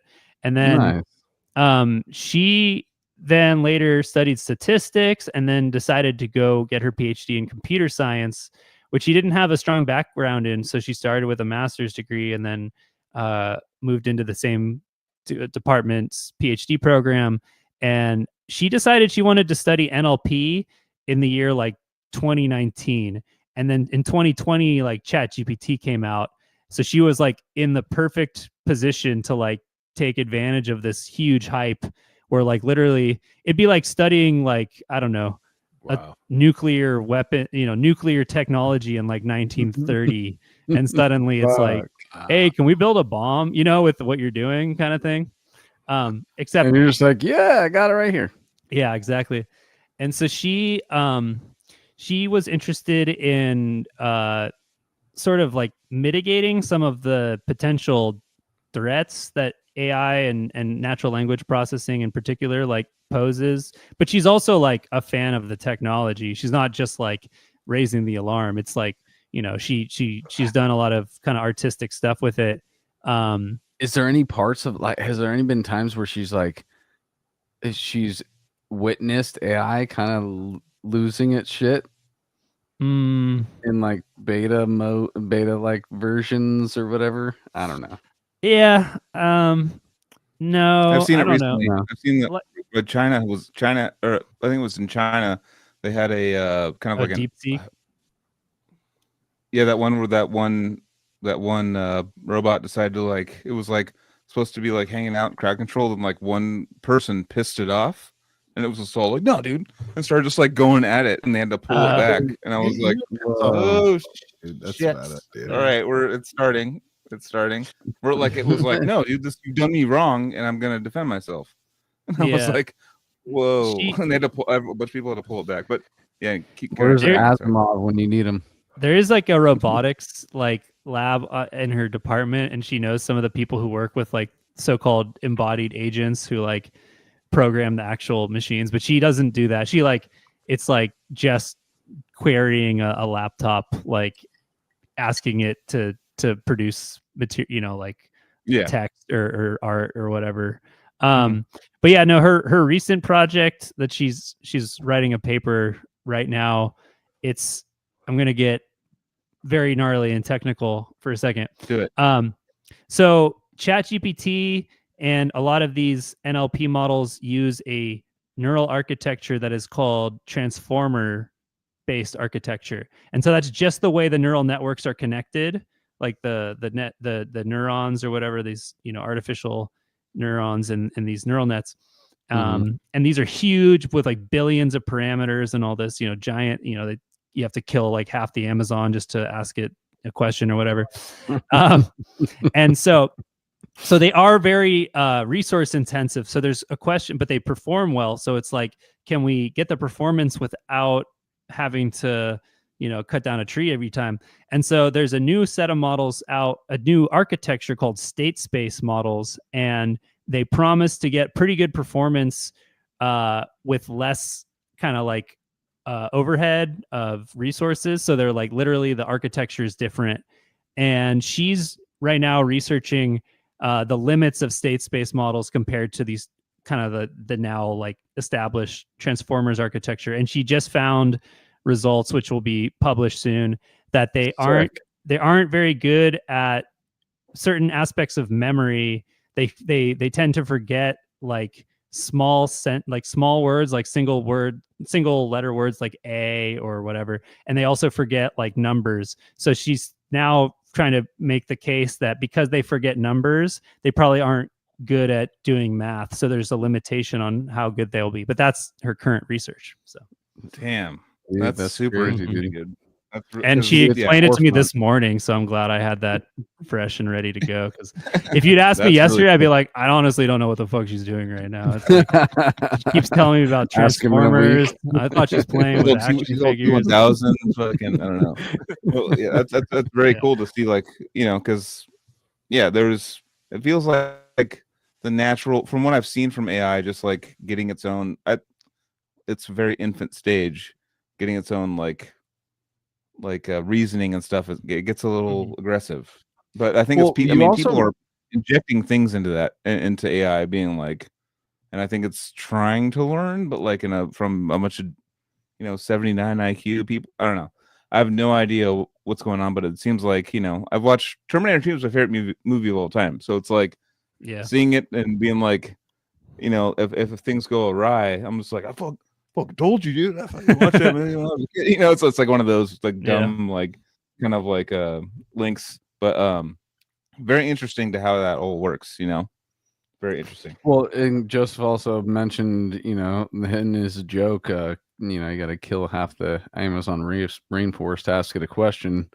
That's actually like the computing power that continues to grow and grow and grow with it. We're gonna need to feed that shit some way. Yep. That's crazy. That makes me fucking scared. It is a ecological crisis unfolding as we speak, on top of all the other crises. So yeah, we got to be careful with our unbounded enthusiasm for this stuff. That's crazy. And to even think it, like everybody's, AI could become conscious and turn on us like Terminator, T2 and shit, and you're just like, actually, we might not have enough power to fucking give them before we fucking drain this motherfucker, Totally. Before they actually get to that point. Yeah, I mean, it is not the main existential threat that I'm worried about. I'm worried about like climate change and refugee crises that are compounded upon that. And I'm also worried about the AI, upsetting the economy, but that economy is fucked either, without that. And also the entire tech industry of the 70s forward has coincided with the collapse of the middle class. And we've already seen all the wealth increased of the entire tech era go to the upper class, and it hasn't even been born into the middle class.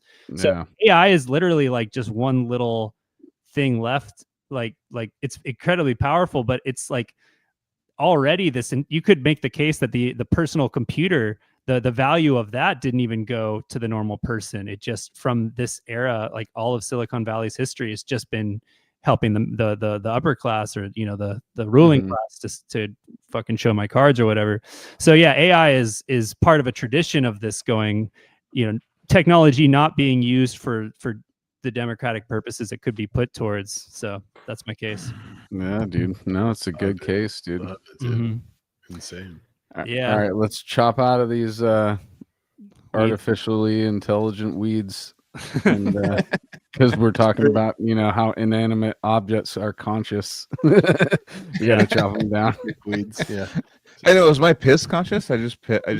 Like, according to panpsychism, yes. I just pissed consciousness. It's so funny that you brought that up, dude, because I did come across some weird video of, because I see some weird shit, because I like follow a dude who thinks he's got telekinesis just to watch his videos where he can just like push water bottles and shit.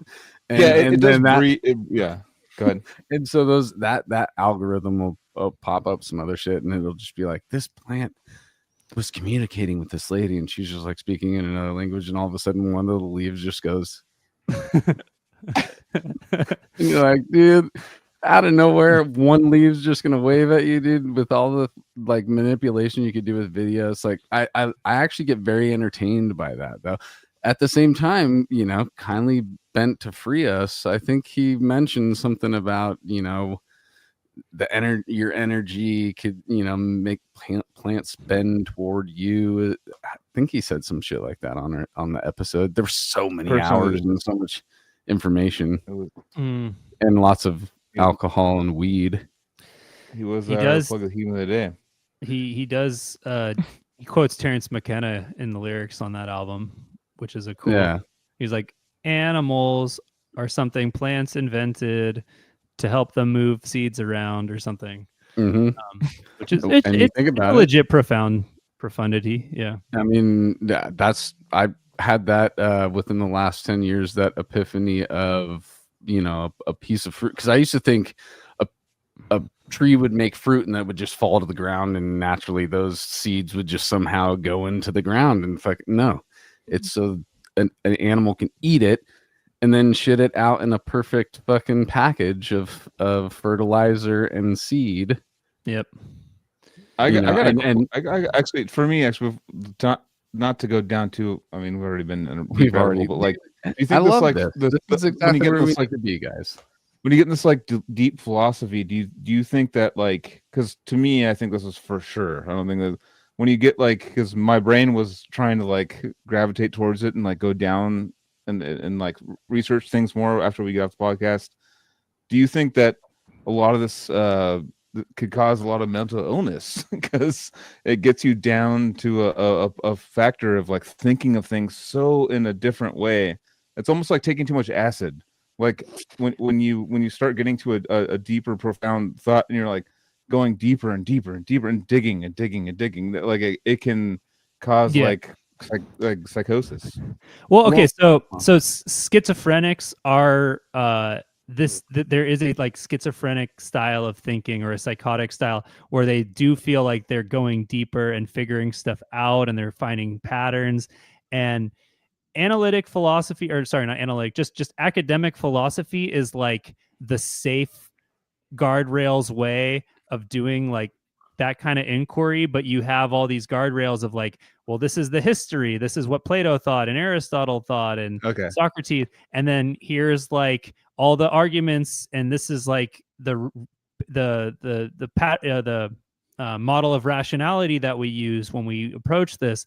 And so it's like going on like the cave train version through the scary stuff without actually being there alone when it's dark, dude. Or I was gonna say it's like doing bumper bowling, dude. Like you put up the bumpers to make sure you don't hit the gutter. And it's like we're not gonna release this. We're not releasing it to the public, but like we got a good enough grounds It's to like, but that's so yeah, release crazy to something. think that a schizo is literally somebody who has the same ambitions of No, it's questions not. to That's be not what answered. what No, I'm but saying. without the I'm saying, bumpers, like, and you can fall into the gutter pretty quick, Yeah, and the yeah. gutter is fucking Yeah. crazy. yeah, exactly. And the The walls gutter is that what I'm Casey, sorry, Joseph's talking about are all those barriers that have been put up, like, hey, no, stay within this area, because if you don't listen to this, you jump over this wall, then you're gonna end up in the fucking swamp. You're gonna be in the fucking, Yeah. the moat that's got all the fucking crazy critters that'll eat you up, Mhm. Joseph's like one of those he's guys that, like, ayahuasca guys, like, take my hand, dude. We'll jump He's a over the wall shaman, together. He's a shaman. Anyway, sorry. Keep going, Joseph. Yeah. That's all right. It is cool that they're starting to make psychedelic therapy legal finally, after I was involved in that project like 12 years ago. Yeah. And it's the one thing that the new administration is their health policies, like, kind of maybe a little encouraging. Everything else I'm fucking scared shitless. But anyway, I want to get back to the timeline so I can spend a bit of time later talking about the tour.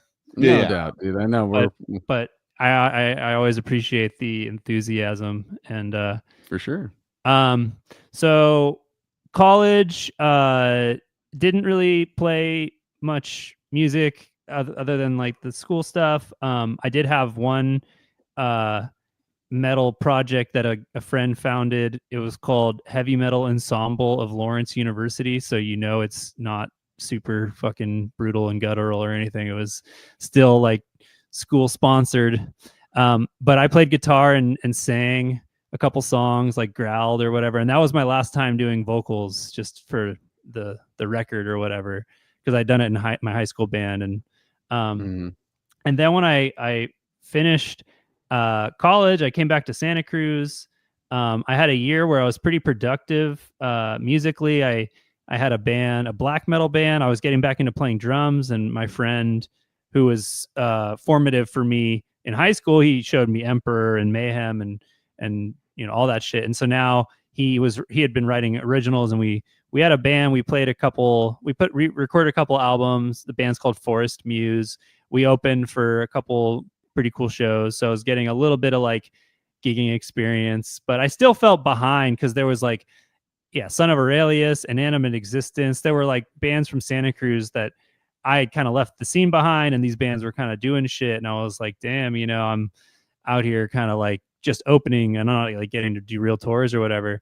But I also had a band called River Gorger at this time, which was like instrumental, kind of like math rock. We're kind of like, I don't know what was big at the time that we were on, but we kind of were doing something similar to like Chon, Covet, these bands that got a little bigger like 2 or 3 years later. Like even like Polyphia like blew up with this style, and we were kind of doing a version of that. So I was still like kind of proud that we were like kind of on that curve at the start.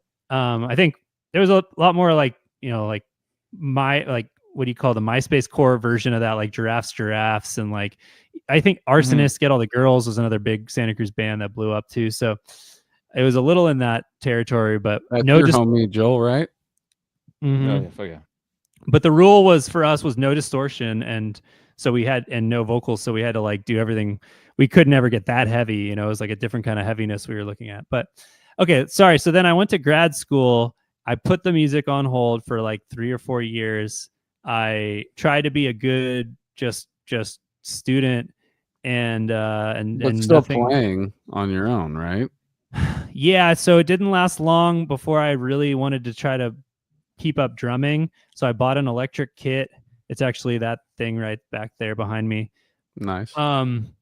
And I lived in a house with a garage, so I set it up in the garage and tried to play when my roommate wasn't bothered by it. And I did talk to some musicians in Sacramento because I was in Davis at UC Davis, but there was really no scene I could access. I didn't have a car for a long time.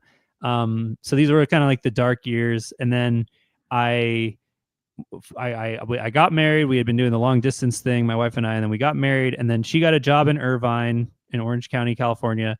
I followed her down, and we had a car. And I eventually started another grad program at UCI. But for a little minute there, I was like, I had a free summer and I joined Transcend the Realm. And that was kind of my big, like, I want to take this music thing seriously again. And they had a couple gigs at the Whiskey Go-Go Club. These were total predatory spots where you pay a lot of money and you have to sell tickets to make your money back. And we totally didn't and got ripped up, but whatever, but, so those were kind of, I'm learning after that. In fact, I joined that we're paying whatever. But at the time it was like, I get to play with like, Rivers of Nile or Rings of Saturn or whatever. And then the band had like new material and it was like really exciting. So I got to record the first album with them that I did was called Perennial Discoveries. And, I was like in a tech death band. It was all good, like a little more on the deathcore side, like kind of like on the faceless version of deathcore, very based in the tech stuff. But yeah, and I was like, my skills in drumming were paying off and everything. But then that project kind of petered out and we were still sitting on an unreleased third album, which I recorded at Casey's music studio. So one day I would like to release that. I did put out instrumental versions on my SoundCloud just for the shits and giggles of it because I was fucking pissed that nothing had ever happened with it. So they're out there. Nobody knows about it. But the real like thing that really kickstarted it was I took a break from grad school. I took some time off after I met with Casey and he invited me to teach at his music school. And I was really burnt on grad school and I just didn't feel like it was getting me anywhere. So I'm like, I'm going to like just take some time off and see what I can do. Turns out not much else. I'm still kind of just fucking, just a guy with passions or whatever. But I got back into, I got started teaching music lessons, thanks to Casey. And then he connected me with Diego and, there was this TVV show coming up. It was Los Angeles Extermination Fest. And, the promise was that there would be money to play a gig, which I'd never made money on a show before. And I was like, okay, I'll do it for the money, And no, I was like, I was still just really hungry. And I liked Disgorge for sure. I wasn't like a crazy, if you'd asked me of like the first big four bands we had on the podcast, I would have put Deeds above them, Severed and Decrepit above them. So not really? Like I wasn't huge. I just really liked the Consume the Forsaken album. And I knew it mostly as AJ's like, I liked AJ because of Defeated Sanity. And I went back into Disgorge because of him. Really? I wasn't super into like the relentless brutality of Disgorge when I first joined the band. But obviously, I'm still doing it. So like I got it. Yeah. But so how has your relationship with the other Disgorge material after you've been a part of it? To be fair, I did like Cranial Impalement, like Maddie Way's vocals before, and I really liked those Deranged Epidemic and Atonement and those songs. I already knew those pretty well, and I knew Parallels, and I knew about it to an extent. But yeah, it was like kind of not the most like I already know all these songs really well. It was like I'll just learn these songs because I'm hungry and I want to get to play these shows. And AJ was in the project at the time, and I was like, yeah, I would, like to play with him. He's legendary. And so we rehearsed, like a few times, and then I learned like 10 or so songs, and then we played the show. And it went pretty well as far as, first shows go with a band. And that was like Diego had trouble getting TVV started before that. He had to like cancel a fest appearance before. And then since then, I've played every TVV show that's happened. And there was a few years where we weren't doing much, but you know, things picked up in like 2022-ish where we started playing more festivals.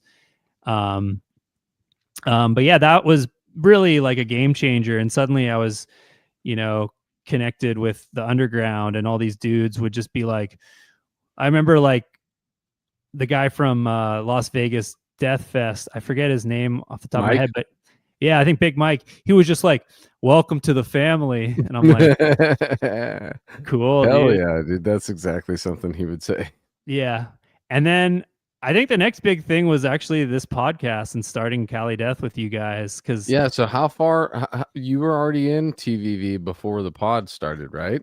Yeah, I think I did that one show, and then when we started the pod during the pandemic, we hadn't done anything since then, because 2019, I think, was a big cephalotropsy year. So Diego was busy with that again, and he didn't field any offers for TVV for that year. So yeah. I just like learned the set, and then it was like, maybe that's just a one-off. I don't know.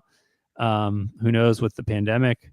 But yeah, then we started the pod, and that's, you know, at the time you knew me, it was like, what the latest thing that was just kind of starting was I joined Dreamer, which is my prog metal band with, you know, I'm the drummer, and I'm the second member to join, and Chris Beatty is the founder. He wrote the song for the, you know, not the one we heard today, but you know, so that was, dude. Okay. So I will at this point formally apologize to everyone waiting for Dreamer. It's on me at this point. Well, not asshole, not entirely, but I'll use this to give my Dreamer update. Fucking basically, Ricky's fault. Yeah, it's not. Ricky's been the most loyal. I know. That's why that was funny to say that. Yeah, sorry, Ricky. Love you. He'd get a kick out of it. Okay, so quick Dreamer timeline. I join. It's the pandemic. Me and Chris start jamming. We add a guitarist. We add Ricky. We find a vocalist. Our vocalist starts writing lyrics. He quits. Good job. Nice, dude. Good job. Sick, dude. Kicking ass. Real quick to fucking branch on. I watch his videos all the time. It's like one of my favorite Instagram guys. He goes like, this song's called, it's about fucking blah blah, then blah blah, and they burst out blah blah, and then he farts out blah blah. This song's called it's that guy, dude. I fucking love that shit, dude. I know. I saw him in the dude. Shout out, dude. Let's get him on, dude. An old man, like nerdy, fucking, like, you know, getting shit. That's awesome. Anyways, yeah. No. Brantron's sick. He came out to Last of Lucy show and hung out with us. And then, dude, I actually kind of semi-seriously asked if he wanted to audition for us, because I was like, we need a second guitar, or we don't need, but we could use him as a second guitarist. He's really sick at guitar and songwriting and everything. I can tell he's got like, he understands all the death metal stuff and all the ins and outs, and like for those jokes to hit, like he nails it. It's like you got to do your research for those. I know, because there's a lot of like kind of content creator type meme guys where it doesn't go too deep, but he's actually like fucking sick. It's like, oh, okay. Yeah, exactly. Yeah, I love it. Yeah, so at a point with Dreamer, we were kind of held back timing wise because of like a ex vocalist like wanting to write the lyrics and not finishing. But all respect to the guy, great musician, great vocalist. Just you know, ended up not being able to follow through on this particular project. At that point, I was just like, fuck it, I'll write the lyrics, because I had already written one of the songs and we used that as like audition Neil Peart material. Yeah. I'm like, what kind of analytical philosophy did you write about on that one? so and then we got a very, very sick, at the time, session vocalist, and I think officially, I can't announce it, and I think officially, I think we're gonna stand by he's just a session vocalist, but like, he's been doing a lot of behind the scenes work for us to the point where it's like, dude, I want to call you a full-time member. The thing is, he's got other bands, so it's So anyway, he's an incredible vocalist. We will announce soon, and you'll get to hear him. Yeah, it's him. You got it. But so I'm writing the lyrics, he's recording them, and I'm really pumped. This is the first project in a long time I've written lyrics for. And I am getting into making sure that the lyrics are worthy of the music. So I'm taking it pretty seriously. I want it to be type of shit you fucking read the liner notes for, the lyrics booklets. So that's what it's all about, dude. Yeah. But that's the Dreamer update. There will be a single dropping. So that's mastered, ready to launch. We're just doing a lyric video for it. So nice. I can tell you that much. Yeah. I love the full scope of Casey introducing us to you introducing Chris Beatty to us and Dreamer, and me introducing you guys to Justin McKinney and Derek, and then them doing their thing, coming back, realizing he's an amazing musician and you're an amazing musician, and getting something. I would always give him shit come on, dude, don't do the. I mean, Zenith's passage is amazing. I love those are my bros for life. But at the same time, he was this hot Jason Becker kind of guy coming out of the scene. Right, I was like, this guy's a gold mine. Could he write? I know what you're saying. With all due respect to Justin, Chris deserves to be in his own spotlight. You're saying, and Joseph and Chris are such cool, nice guys. If you walk up to Joseph at a show, probably the nicest guy you'll ever meet in your life, maybe. No, literally, and just and same with Chris, super cool guys, nice guys. The first time I ever met Chris in person, he gave me a big old loving hug, didn't that? You could tell when somebody's giving you a real hug and just whatever. They just, Joseph and Chris just you can tell they just they believe in it. It's not dude, we're gonna be big, dude, for ourselves. It's gonna be no, we want to make cool music.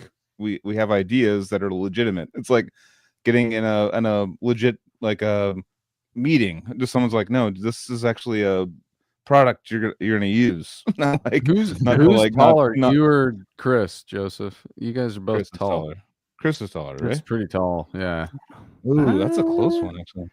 I don't know, dude. I always just am head in the chest to every guy I hug anyway. I'm so it doesn't matter. I'm 6 foot and 1/2 inches tall. Ooh, I'm taller than fucking. You're Joseph, over 6 foot and you're counting half inches, dude. Come on. Well, when it comes to who's taller, half inches. When you get over 6 foot as a man, you got to start doing quarter inches, dude. When you're 5'8", you go down to 16ths. No, you do full inches. You don't do half inches. You do full inches. Using centimeters to pad my numbers instead. Yeah, 180 centimeters or whatever. Mine gets down to sheets of paper. 9 stone. I'm 3 stone, dude. I'm 3 stone. Dude, I'm 5'8" and 17 sheets of paper, dude.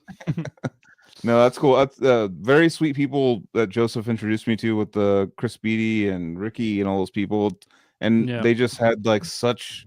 All of you guys had such very endearing qualities of wanting to make cool stuff. And it's very different than us growing up. I mean, it's similar but very different because you guys were. Just hey, pay respect, which you didn't need it, but pay respect, well, fuck you guys are awesome, blah blah. But we're trying to do something cool too. Well, it wasn't check out our fucking demo, dude. We're fucking sick as fuck. We're fucking from blah blah this shit. We're technical as shit. That's kind of the shit that I used to get all the time with those kind of demos on tour would just be people hyping it fuck yeah, we're fucking badass, dude. We're fucking about it's you guys were just kind of understanding and logical about what you guys were doing, and I was that's a curveball, right? And then I would hear it, and I'd be blown away. We're all kind of internet nerd metal dudes before. We're not go to show, drink beer metal dudes. It's a different, we do that too, but that's not we had a lot of just fucking so I think different approach, and yeah, of course, fucking odious mortem, dude. I mean, come on, cryptic, dude. But so you do not have to worry, because the fact that we waited this long means that it's actually a better version of it, because we found the right people and let it simmer. And the next album you won't wait as long on. There's a whole other album ready to record soon. So I do want to see Dreamer go as far as it can be taken. We know who it knows what that deserves means. it. That it deserves a trajectory of some sort. Yeah, I mean, I think Chris really is. We believe in it. Yeah, I believe in Chris, and he's been a great bandmate in addition to being very talented. And he's contributed one of the funniest frozen faces to the show over. Nice. I was looking for it before you even said that. Nice, dude. I mean, it's not just funny, but he's actually like just cheesing super hard, and that's what's funny about it. I mean, actually, what's his name? Adam he used to be in Black Dahlia. He had a pretty good one too. Mm-hmm. Oh, no, he's in Black Dahlia still. No, the drummer. My bad. My bad, Adam.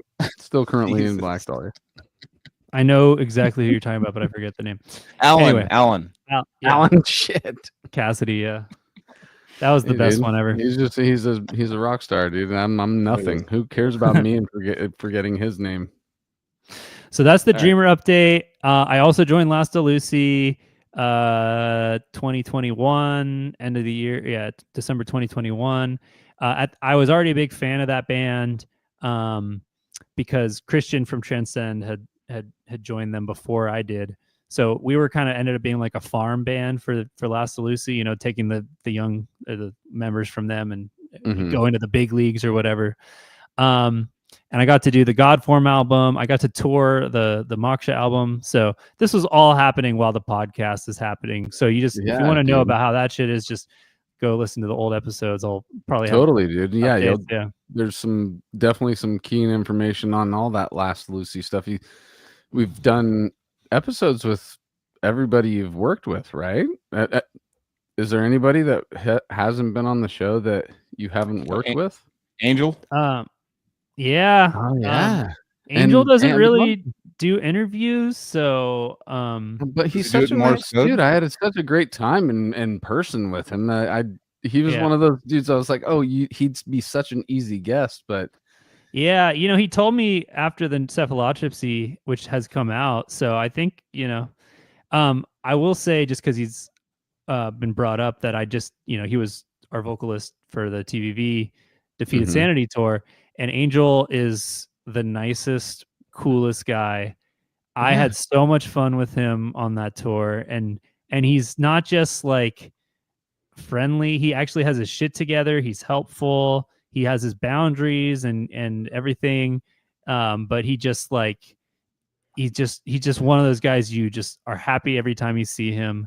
And you get phone call interviews from these people that they don't want to like. If people don't want to be on video, because I mean, you gotta send them a good word and say, that he's our type of people, dude. And I mean, I've met Angel a couple times. He was super fucking chill, like super nice, like very just you can tell like as a person, like he's very empathetic, nice person. Like I felt like that for me, and he's the singer of Discord, basically. Yeah, and if you watch like from the videos from like 2014 or whatever, he just looks so gnarly, or even earlier, like 2007 cephalotropsy. You're just like, oh my god. It's like Damien from Discord, like having Damien on. Like I'm always like kind of a little just because the music I've known so well for so long, and then have him on, and just like, oh, you're saving puppies for a living, dude.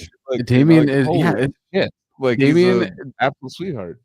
He is. You mean Broken Hope? Damien Lesky? Yeah, and Gorgasm. Yeah. Dude, he is the perfect example of somebody who, on stage and on record, is the scariest dude. And then he looks so scary. Not only does he look scary, but he plays scary. He sounds scary. Everything is scary about the artwork. Scary. It's like brutal, nothing like over the top.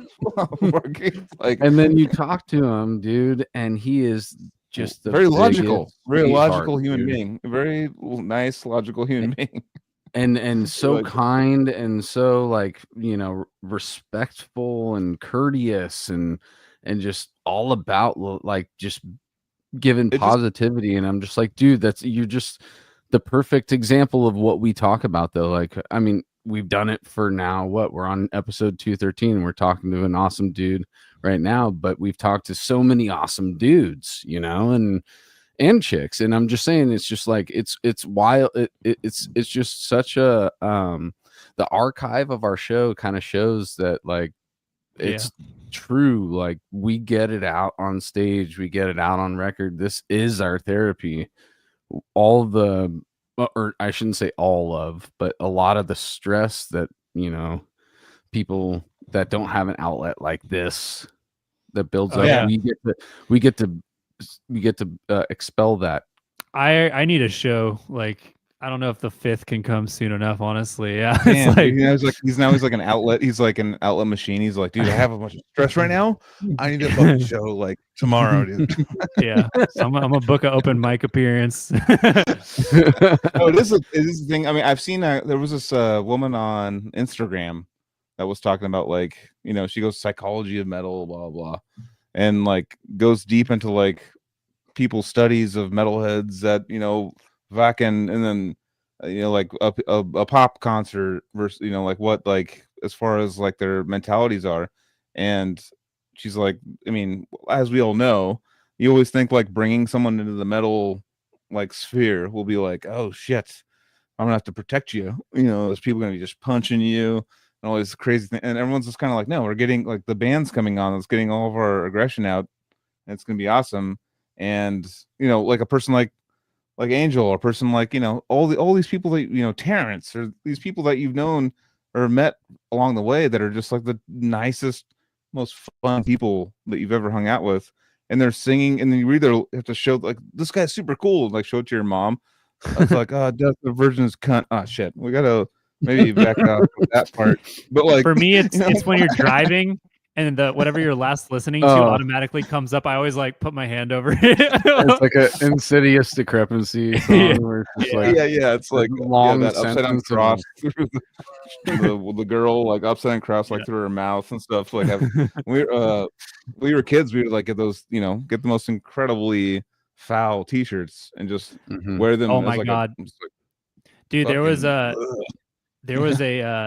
oh god, dude, I think it was in Vienna, Austria. One dude came with a what is it, Waco Jesus? Oh, that one's a rough one, dude. Yeah. On a T-shirt, and I was like, bro, wait, the inner linings of the album, because that's fucking. It was I don't even really want to describe it, to be honest. But I was literally like, dude, like, I can't even have you at the merch table with like this right in front of my face. Well, there's a collage. Dude. It's a collage. You open up the first album, it's a collage of people shitting in each other's mouths. Yeah, it was not the collage. It was just one of those pictures, but like full blown, like this big.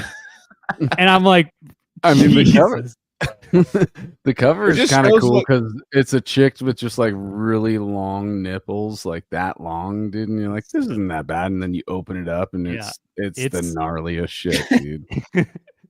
It's just one-upping each other. It's like it's like how metal goes. Like, oh, this band's extreme. No, this band's more extreme. No, and then no offense to Waco, crazy. This band's works crazier. They like keep. It's like a fucking fight to the top. But dude, the just to wear that is insane. Well, I'm sure he looks exactly the way the guys in the band do. Yeah, probably. You have no idea. I remember like Black Dahlia. We were on tour with Black Dahlia, and we couldn't play one night, and Devourment sat in Texas, and and I forget the singer's name. It was the Mike Majewski. Oh, Mike. It was Mike. I don't know. I think it was Mike at the time, but like Mike had this shirt for Trevor that was like the worst shirt I've ever seen. I forget what even said. My brain's blocking it out. We were backstage, and I was like, "Are you gonna wear that like on stage?" He's all, "Fuck yeah, dude! I'm gonna fucking wear it." And it was like it was just like pushing it so far that I was like, even I'm uncomfortable, but I'm like, I'm cool for things like death metal, blah blah, like all the things, Yeah. but like that, like this one, I'm like, he's all, this fucking hilarious, and I'm like, it is, but like you're in a big band, and I don't know if it's a big, I don't know if that's a good move. I was like giving him the whole speech, and like Ruchan, I think Eric Ruchan was back there too. He was like he had the flu. I remember this. He was like sitting there sweating, and he was like looking at the shirt, and he was like, Jesus Christ. He was like bummed on the everyone was bummed on the shirt, and Trevor thought it was so funny that he decided to like, and it was like, you know, had to do with R words and I mean, that is a good bit. V word, all the words that you can't say on here. I think I know the shirt now. Yeah. Yeah, no, I saw it and I was like, Jesus Christ, dog. Like that's like, but that's what I'm saying. Like, but with metal and stuff and music, and when the artworks to create crazier, outdoing it, we got to get crazier than them. We got to outdo them until it's to a point where it's like, bro, like we can't. Yeah. What's your version of that shirt for you? Mine was the Cradle of Filth masturbating nun that on the back it said Jesus Christ is a cunt. That's not even that bad. That was one that I felt like, all right, dude, my grandparents fucking grandparents. Yeah. Because they're all super Catholics. They were, you know, at the time they have passed now, so now they're hearing me in heaven. I feel like Brantron could give us like a random shirt title. Like, all the gnarliest shit. It wasn't anything that pissed me, or actually, I couldn't wear. There was a Severed Savior shirt, actually, the inverted and inserted shirt, because it was inverted like dagger with. I remember fucking me and Dusty outside when they had first come up with that, and he was all like, dude, we're doing a thing inverted and inserted, dude. And I was like, we were smoking cigarettes, just me and him at the Thunderdome, and I was like, it's a fucking cool name for a song. Super sick. I know it worked. It's phonetically works great. Like it's I had to make my own version. It just goes so far where you're just like, dude, like I like the music a lot too, and like now I can't show anyone that doesn't like death metal. Like now I can't. I don't want to explain all this shit. I don't want to like start the explanation. Like we're just trying to like take it brutal and brutal. It's like a horror movie. Well, I don't want to do all that anymore. I'm just like make it like accessible a little bit. Like yeah. I mean, just like make it a little sci-fi, psychedelic. Yeah. Okay, but sorry, you asked, is there a band I haven't brought on? And there is, and it's Illudium. We haven't had an episode with Chantel. Oh, that was the shirt I didn't wear. Oh, yeah. So that should happen. And the little update there, it's like a female-fronted post-y metal. I think good references, Chelsea Wolfe kind of shit. So that album, it'll be my second with the band, and they're in the studio this month, next month, and then I'll record my bass. So that's a band where I would like to give them the time of light when it's time. But we don't spend too much time on that band. Like I don't. It's not my priority band, but it's still a project you back because I like you're plugging it. I'd like kind of that, just Death Heaven is the big band in the genre, but I like that post metal, post black stuff. So it's in that realm. So I just got to give a quick shout out to Reef. He asked a question: how do you pronounce Dusty's last name? It's French and it's pronounced Boisjoli. I didn't even know that. I was like, boy, you heard it here first. Dusty. If there's one name that I've learned that's hard in my life, it was Dusty, because we were known the dude for 20 years. I'm like, dude, bonjour, dude. Hung out every day for the longest time. Dusty. There's certain names you see and you're like, I'm not even gonna try it, dude. You know, you see names and you're like, do I ask him, or do I just... We would call him Boys Jolly, like Jolly's Boys. That's right. Jolly Boys. Yeah. Okay. Boys Jolly. All right. So, got to do a lot of fests. Got to do a lot of fests with TVV. Got to do some touring. Then we get the Defeated Sanity tour offer. I can't commit to it when it's first presented to me because I'm supposed to be teaching a class this winter. Dusty Bojangles, awesome.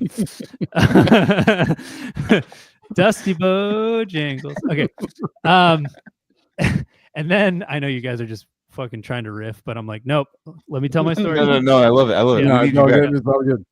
But the seed was planted. I was like, I really can't be turning down a Defeated Sanity tour, can I? Because going back to like the times I was talking about, college, maybe even high school, Defeated were always the band. I would just show people, I'm like, dude, have you heard of this band? I was like way down that fucking rabbit hole with Psalms of the Moribund and Chapters of Repugnance.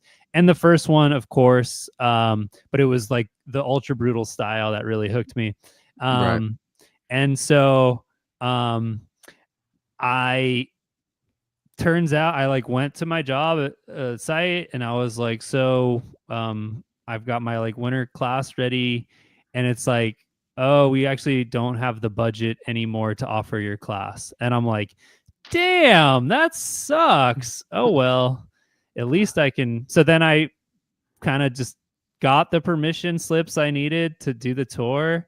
You know, got a lot of good faith and goodwill towards me, and shout out to everybody who you know, thought this was worth doing.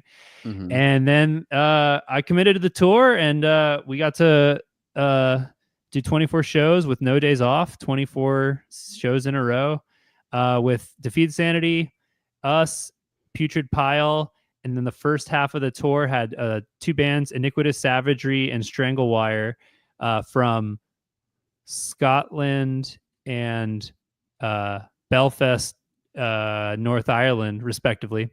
And the second half of the tour was with Embryonic Devourment, the boys, and a band from Texas called Asylum. And it was a very, very good tour. The only issues we had were everyone got sick about 4 days in, and we were sick for about 4 days, and then we were better. So whatever.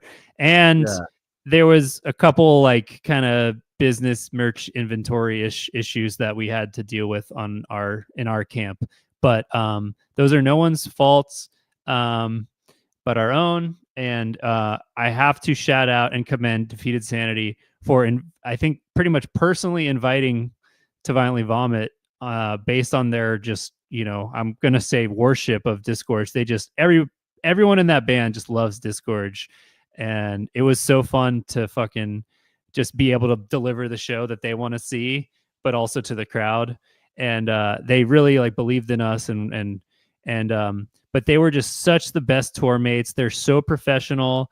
They perform incredible, but from the top down, they're the headliner band. Like they set this like kind of mindset and mentality that like we're all professionals and it's about the performance. And there's a lot of like partying and getting loose in the interim, but it was like that was the guiding mindset and you know, about just the delivering this incredibly difficult music, but also this kind of democratic, like everyone participates equally and works hard, and you know, they don't have a merch guy, they don't have any crew except a sound engineer, and so they like handle merch themselves, and so it's very DIY or kind of underground attitude, and that really was so inspiring on top of the performance. It actually that you saying that really totally makes sense, dude, because a band that like Defeated Sanity, who is just really, really into their music, it's there's no denying that they're just like really into creating music. So if they go out, the more important thing to them is making sure they have a sound guy to be able to mix the music the way they want, and then they handle all the other shit themselves. Yep. It's like you could be like, I'll hire a guy to do merch because I don't want to fucking do merch and just have to deal with the sound guy at every place that I show up at, or have a guy that really is hired on, knows the band, knows how we want to be mixed each night, knows how to adapt to each environment, and then we'll handle the merch. Yeah.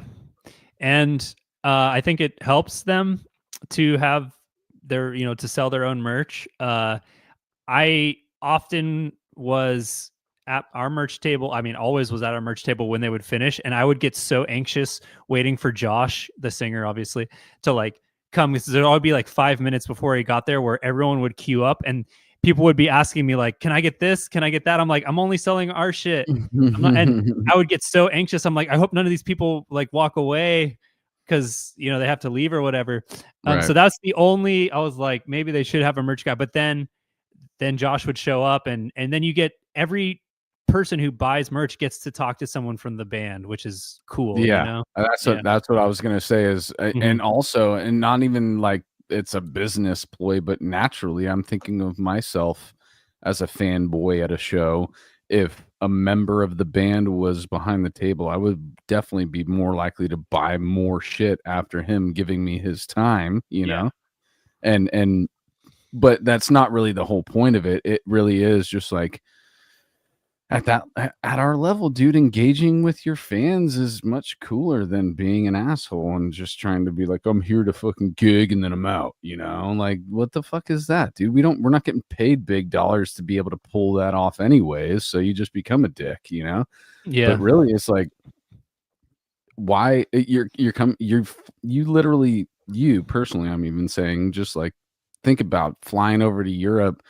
Why wouldn't you engage with the people that would come out to see you perform? You're going to perform in different countries, throughout the whole entire tour. That is just mind blowing. That to me, if I was an artist that had an opportunity to go out and perform, of course I'm going to engage with the people that are out there to actually see it happen. They're the whole reason why we're there. Europe's the best, right? Yeah, it's the best, dude. I even respect the like drunk dudes who punished me, like even if it was like I kind of like got to get away at a certain point because I literally have to do something. I still respect the like, and even if they're not even drunk or whatever, like I'm just happy that they're like so pumped. And I did, and as a band, we all tried to give them as much like one-on-one or just personal time. I think it was more the opposite. Like the other side was the problem. Sometimes, not to like fucking, make it an issue, but like we would be like, "Where's Diego?" And he's like still talking to fans, and it's like, "Come on, man." So it's not like we were like rock starred out avoiding people and sitting in the for sure. car, yeah. But yeah, man, I don't even know how to like go. I could literally tell you city by city, show by show stories. I just want to shout out right now the boys in coprocephalic mutation because they're in the chat and YouTube, and specifically Sam, and of course his partner in Rancid Awful Booking, Jack, who came out to the Copenhagen show. They booked us in UK last year, and then they flew over from UK to Copenhagen to see another TVV show. Wow. And so yeah, that was like 3 nights in, and it's like we're already seeing like people we've met. It's just like becoming a party, so yeah.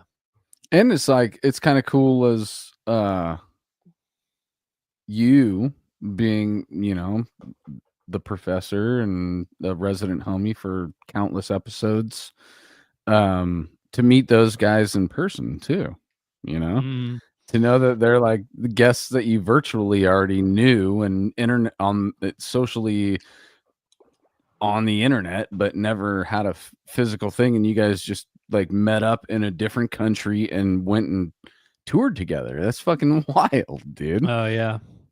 And so some other highlights real fast. So there were a couple Defeated Sanity reunions of ex-members who hopped on stage. So the second show of the tour in Hamburg, Christian, who was the guitarist for like, at least 3 or maybe 4 albums. He came back on just to do the what's it called? Engulfed in Excruciation. Yep. Everyone knows that one. So that was sick. And then the last show of the tour, Rostock, back in Germany, fucking I think it's Jens or Jens, the vocalist from just the Psalms of the Moribund album. Maybe he did the one before, but definitely he's on Psalms. He came up and did Fatal Self-Inflicted Disfigurement, which I was fanning out so hard. I'm just like, yes, screaming my ass off. If I'm correct, I think he was the only, just that album, Psalms. I think it was a different vocalist previous, and then after that it was AJ, right? Yeah, AJ hopped on for the next one. So yeah, I think he might have done just that one, and he still sounded fantastic. I mean, they were like being like, "Oh, he got the timing wrong," stuff that in the fan perspective you don't care about. I'm like, who cares, dude? He sounded fucking sick. Yeah. But I guess to play technical stuff, and I guess he was really loud in the in-ears, so it's like, oh, it was fucking me up. But it's like, dude, he sounded so good still. I didn't know how good he would still sound. I don't know if he's done vocals. That was 2008, but yeah, he still killed it. So that was fucking sick. Nice, nice. Hey, Joseph, yeah, dude. I love you so much. I think I need to go hit the sack, bro. All right, go hit it. Yeah, well, we've been talking about catching up. We'll just still catch up another going. time, dude. Just want just full respect, dude. You're a bro, and you're an amazing musician, and I have a lot of respect for you. Thank you, man. That like 5 times, but yeah. No, dude. All right, well, you're the best. I'll be back on the pod more often, so we'll get to hang out more Thursdays. We have you on camera saying it now, dude. So you're locked in. Yeah, I was like, let's see how it feels, and I mean, it will be different if I'm not the fucking guest, but yeah, thank you guys. Yeah, thanks, Casey. For sure, dude. Yeah. All right, Casey. Good night, brother. We'll talk to you soon. Cheers. But yeah, dude. And then there were 3. But okay, so then, all right, let's just don't talk unmute about him, dude. Just don't keep him muted. No, I'm kidding. What were you saying, Joel? No, go for it. Oh, we can't hear you. You're still muted. We can't hear you, Joel. I think he knows now. Yeah, he knows. Yeah, I totally do. I thought it was hilarious to keep it at the 3 panel thing. It's like we've never done this before. So let's just do it first time. You're way close. This is all. Anytime this happens, it's an accident. If you see it in previous episodes, we never picked this. Yeah. Oh yeah. Wait. Wrong way, dude. Uh-oh.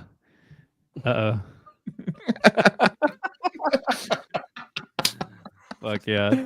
Dude. All right. Tell us some. All right. As because obviously it was a super awesome experience overall for you because you literally listed only like a couple of minor setbacks. So tell us, like, obviously, like the first time on the trip where you're like, oh fuck yeah, this is gonna be a sick fucking thing.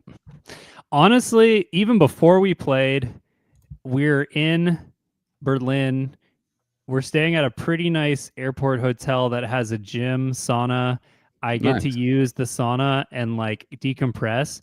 And I'm like, I'm playing the same fucking songs that I've played with this band for 6 years. I have no worries about the performance. I'm just getting to relax. And then we get on the bus the next day and we're chilling in a nightliner with 20 bunks that we all on the package are traveling together. And we're just hanging out in the lounge, getting to know the other band members. And before we even get to the venue, we like are just in a good mood, just good spirits. I love that. And man, like Josh, I have to specifically shout out Josh from Defeated. He's best tour mate, just fucking comedian, just like was cracking us up the whole time. If I was to have a special guest like hop in, which I didn't really organize, and this is with the we're getting rated. Oh hell yeah, love to everyone else on the tour, but Josh would be my fucking, because he hasn't been as a vocal on the episodes with Defeated, but I would like to just give him like a full episode at some point. But he was vocal enough to know that he's definitely a comedian. He likes to get giggles. He likes to giggle. Yeah. So we kind of, we just had our little thing going. And I will say, like, Diego's a bit older, and Angel's, he takes his personal space, like, when he wants to, and utmost respect. I just hung out with the Defeated guys a lot, and the other guys for sure. But like, they just took me in, and just sometimes I would just come down and it was just them. And sometimes, I'm sure you've been in this experience where like the tour's going and like the bands kind of get a little more insular. It was never like I couldn't be a part of it. It was always just like, oh, come on, dude, have a seat. Like, you need a drink or whatever. So, that was all good vibes. And also shout out to Paul. I don't know if you guys know him personally, but Cerebral Bore, and then Obscenary Films and all that. Yeah. Real quick, can I shout out Cyclone Drums who rated us? Shout out Cyclone Drums.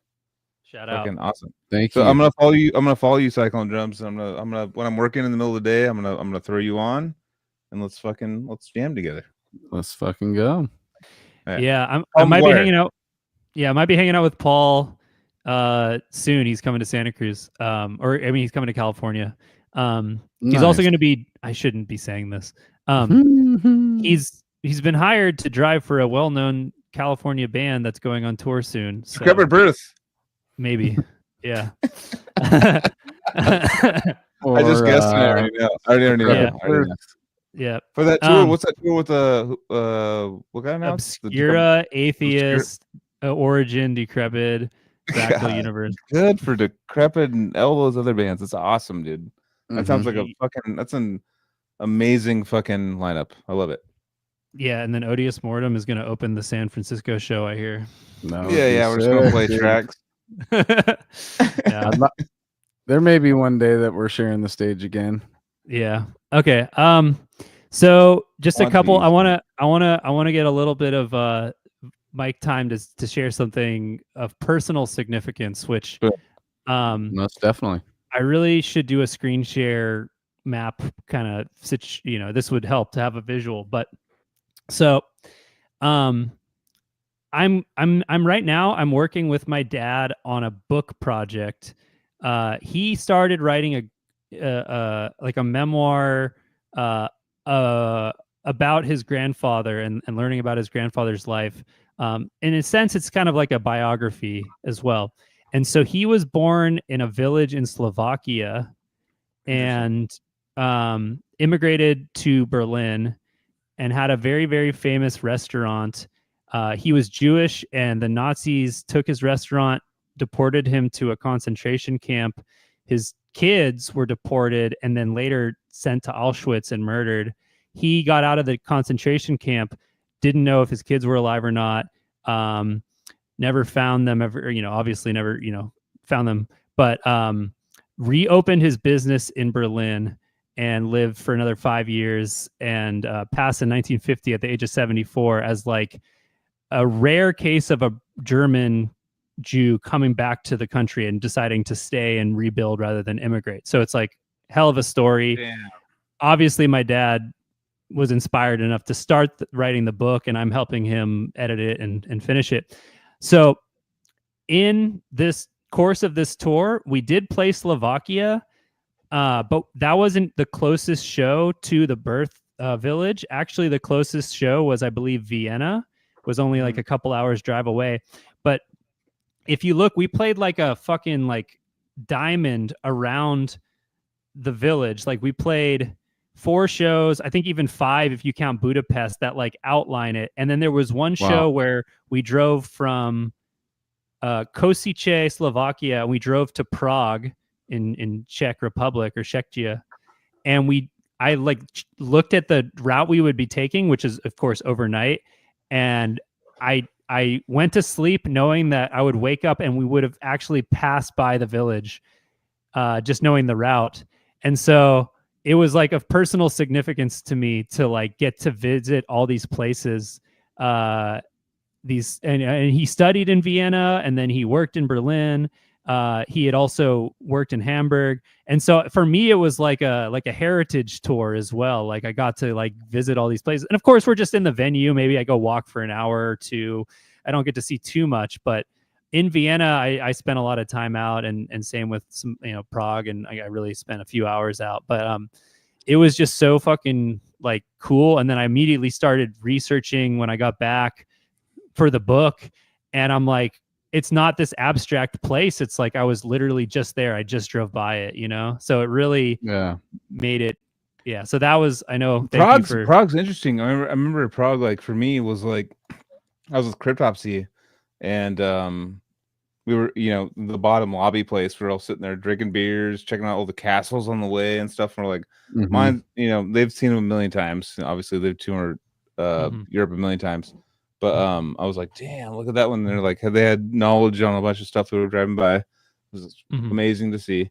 And we went to Prague isn't what Prague is. I always tell people it's like there's different spots in Prague. So Prague is not Hollywood as you see Hollywood. It's not the Hollywood sign, but it can be. There's different districts within Prague that there's the working class Prague and there's the nicer Prague. So like we were in we actually went to the working class Prague where it was kind of like a dilapidated building that Cryptopsy, Mayhem played. I forget the lineup was crazy. I forget what it was, but it was definitely like I went to go to at the time to get to an internet cafe to like communicate with people, and I couldn't find one. I was like trying to find a place to go like. And I found one that was like some reason I couldn't connect to their thing, or I have no idea, but it was like literally like on the way over, everyone's like, "Oh, Prague is like the most beautiful." Like it's like fucking but there's it's like saying like California isn't the art is like beautiful. crazy as shit out there? Like the statues are. It is. I'm just saying, like, depending on where you go, it's like there's the blue collar and there's like the white collar place that you go to. Like, okay, because like Mikey, you know Mikey. Mikey's been to Prague and he's always told me, he's sent me pictures of crazy, sculptures and that are actually pretty fucking death metal, like people holding decapitated heads and shit like that, and you're just like Slovakia, So Prague is in it was Czechoslovakia, and now they're separate. So now it's Czechia and Slovakia.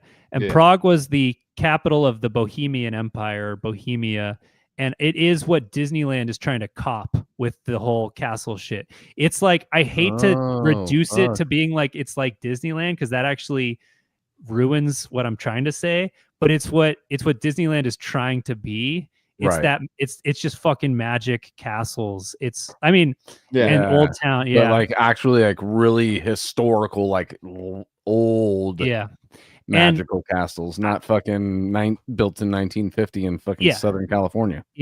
But it has that. And I didn't. Our venue was a shithole because they're all whatever. But it was I spent a few hours because my aunt came. She flew from Sweden. She missed the Sweden show because she was in fucking Panama for like when I was there, and then she's like, I felt so bad, I'm gonna fly to the closest show back, and it was Prague. So we hung out and we went to the Pilsner Urquell original restaurant where the beer was founded. Apparently, I don't know if it's legit. That was the like pitch. And I got a Wiener Schnitzel, a classic ass Bohemian meal. Sang a Rhapsody. I actually did sing Bohemian Rhapsody. Like flattened, fried. Yeah, breaded and veal, but we do pork schnitzel. So I'm not doing veal ever, dude. Yeah, I'm not into it. I'm not Lynch. I don't eat babies, dude. You drive by that on Highway 5 and stuff, and you see the veal farms, and they're like, "Hey, dude, like stay in this little like tight space and just like die." It's like so fucked up. Like for me and my dad, I had no idea what veal was, and we went to a fancy French restaurant. My dad I flew out and stuff, and he's all, "If you order veal, you're getting kicked the fuck out the table." And I was like, I had no idea what veal was, and I was like, I was probably 20 years old, maybe, or 21, 22 in Vegas. We went to that the Paris hotel, or the Paris restaurant that's like in the middle of the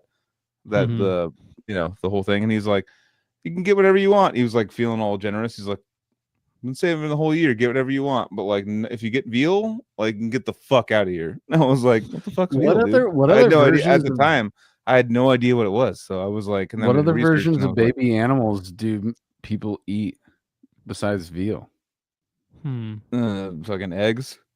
Yeah. Well, that's pre-baby. That's not even like. I know that it's crazy how like that's like such a normal thing here. It's like, yeah, dude, just like raise them like so they can't like get any muscle mass, and it's if you tasty. ate a fertilized egg, like the balut, the Filipino egg concoction, that's like a duck that's literally it has like feathers on it and shit already. They just like out of the fucking. I'm good, dude. Can't do it. Can't do it. I'm not a very I'm not a adventurous eater. I'm not like I'm all, super hey chat, picky. what's the veal taste like? Yeah. No, I'm adventurous in the sense that I'm not adventurous in the way that I want to eat babies. I'll eat like lobster brains and shit like that. That's Yeah. like Yeah, that's like adventurous look enough. at what Rantron's saying, like early zebra. I'll like take a have an early Ian's zebra. saying I'll take a burger. Yeah, dude. That's take a really where we're going. All of us are like, oh yeah, we're so adventurous, dude. We're going to get a Yeah, burger, that's dude. adventurism till the point that where you're like, I'm not doing that. I don't know what's going on. But anyways, keep going, Joseph. You are Oh yeah. lovely Well, human being. okay. So I'm just gonna do my rundowns and make sure everyone gets a shout out that I. Yes. Hell Shout yeah, out dude. time. I'm gonna do a full screen. Joseph. Okay. Shout outs to our sound guy Shri Varun, who is from India. Did Defeated Sanity's sound when they played India last year, and they were so impressed that they hired him to do his first ever European tour. Wow. With them, and he isn't like a brutal death guy. He's like, I like Defeated Sanity. I've never heard Disgorge. He's mostly into like tech death, and like he has like a psychroptic tattoo and stuff. But we hit it off, and he was a fucking killer friend on tour. Putrid Pile, obviously Sean Pizzle, as his nickname was, fucking hilarious guy, really fun to tour with. Somebody we haven't had on the show that definitely should be on the show. We'll get Putrid on for sure. He's a fucking character. And then for promoters, I just have one to shout out, and it's the guy who sent me this shirt. It's Cali. He put on the show in Diestad, Sweden, which is on the island of Öland. I don't even know if I'm doing the umlaut pronunciation right, but he actually, this shirt arrived today. He sent it to me, and at the bottom it says, "Don't fuck with Diestad." Hell yeah! And this is his grindcore, like gore grind festival that he puts on. Sick. And you said his name is Cali? Cali, Kalle, Cali. Yeah. Oh, okay. Yeah. And so he was a little over his, what do you say? A little out of his depth with hosting a package, because he had like a barn as his venue. He literally like let us use his house as a green room, and his wife and kids were around and stuff. But he held it down, dude. Sick. It was pretty crazy. So rad. Were you guys able to like take showers and shit at his place too? Yeah, we did. Hell yeah. We were okay on showers. Laundry was tougher, but yeah. I got 2 laundries. That's just as much as I needed. But shout out to Maricela, friend of Defeated Sanity and the scene, who, when I lost a jacket in Austria, and I swear to God, apparently it wasn't my fault, blah, blah, blah. Anyway, just for the record, the promoter sent it to Maricela, who then brought it to one of the last shows, and I got it back. So thank you for her to do that. Shout out Malika and the dudes from Epicardiectomy who came out, the dudes from Relics of Humanity who came out, Sam and Jack I already mentioned. That's it. Oh, one more. Parasitic Septicity. We're playing New Standard Elite Fest in November. That's not a shout out. That's like just because we're on the flyer. I just want to make sure we got it in. New material, all that. And I don't even know if anybody would have, but it'd be cool to hear if there was any. Hey, we're Cali Death Podcast fans. Did you get any of those? I put our merch out a couple times, and I had someone buy it, just like, oh, I want the shirt. And other people, there was a guy who's like a repeat. This is like his 3rd time seeing TVV in Europe, and he's a podcast fan. Nice. Too many names, so it's not on the top of my head. But and then there's a dude, Mike Von Eyck, who came to the Rostock show, and I gave him a shirt, and I had a few other shirts. I mostly gave them to other people on the tour package. But yeah, nice. I think I was able to disperse. I was a little bummed I brought some shirts back, though. I was like, no one wants a 2XL. Okay, I had like 3 of them, and I'm like, I really don't want to bring these back. You know, Don't call out the fat people like me with 2XLs, dude. Well, do you want like 10 shirts of us? Yeah, Dude. I mean, maybe. yeah. Well, Give me a price. I'm just kidding. Shout out Ian though. Ian, we were talking about you earlier. Thank you. That was a cool interview with you and Casey and a bunch of the drummers. Yeah, dude. I hope. And again, we normally would have been doing an episode last week, but I was in Vegas hanging out with the wife, and we wanted, anybody who didn't go and watch that episode, and because I mean, I only said it on social. There's no way to get to everybody. So, but yeah, go check out that Sick Drummer Magazine episode with Ian. Who else was on it? I had their names when I plugged it, but it's, dude, Ian's always doing the Sick Drummer roundtables. It was Brennan, and I don't actually know the other guys. Brennan Shackelford. Ian, who was it? Ian, who was it? I like to all Ian. I know we're missing one. Bodie, and I'm missing his last name. And oh yeah. Did you donate? Did I donate? I actually, to be honest, dude, I didn't. I don't gamble when I go there anymore. Reef wants to know if I donate or win. I smart. Literally, I spend all my money on the food, the drinks, and the shows now, dude. Going to see the entertainment. I went to the Sphere, dude. Holy no, I went there shit, I went there like a month after it opened, and I was like, my mind was, I bought the ticket and just sat there and was like, this is the next wave of like the most insane thing. I'm not trying to take away with what we were just talking about, but let me just say this real quick. You're blown away. I know. Go for it, dude. I'm still like processing what I went through because why? What? Dauber. What did I say? Sorry. All right. The Sphere is insane. It's just not. It was, dude. It's hard to explain. You can't explain it. It's just like you were there. It's this thing. It's this thing that and everybody was like, "Oh, we're here to see the Eagles," and yeah, I would love to see the Eagles, but my whole thing is like, I haven't seen the Eagles yet. That thing would kind of distract me from watching them as a band, you know? Yeah. So I'd rather go do the other thing, which was Postcard from Earth, and it's directed by Darren Aronofsky. I thought it did. Wait, you watched that, dude? No, I saw it like after a month after they opened. I saw we flew there and went there like right away and saw it. Okay, I ate 125 milligrams. I ate 125 oh my god, we were sober. Yeah. It was it's confusing if you're high or something. I'd be like, Jesus no, I wasn't confused. No, I was having a spiritual moment while watching. Yeah, it's insane. I mean, I went into it with Aronofsky already being like one of my favorite directors. I already was going into it like as just know, but the technology though, the technology. But I had no idea what I was going to be in, dude. I had no idea what I was going to be in. And I had no idea that it was going to be like 4D where fucking your air and shit. Yeah, it's insane. It's insane. Oh, I don't want to spoil it, but dude, if you can get to Vegas and see Postcard from Earth, take 125 milligrams. Don't take mushrooms and go into that. Like that would be the move.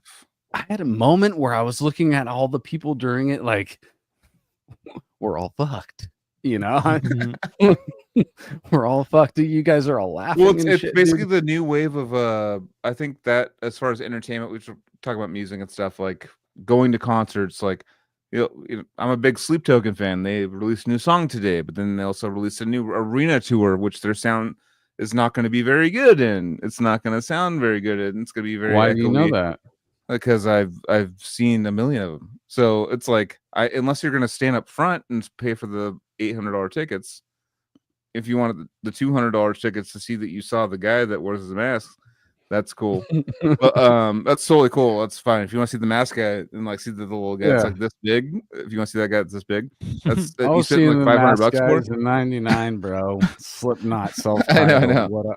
But but they immediately I mean, also can we talk about the Sleep Token drop today? Because to me it was kind of like an interesting drop. It was like I didn't even know if it was I didn't even know it was dropped, dude. I'm being honest. I didn't know. Yeah, I haven't listened to it yet, but I heard about it. I'm gonna listen to it after this. Yeah, it's more like but I think what the they coolest thing about Sleep Token for me is their music videos. That's what I gotta say. You have no idea what's cool about it because you would be so into it.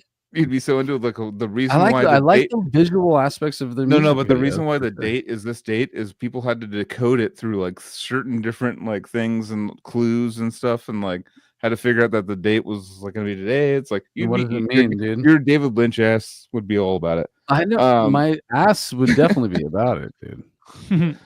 But no, but like just seeing that kind of band, I mean, they're built for a big style venue, and their new song expresses that they're going to be a band that plays for big style venues from now on. I mean, arenas and amphitheaters from now on.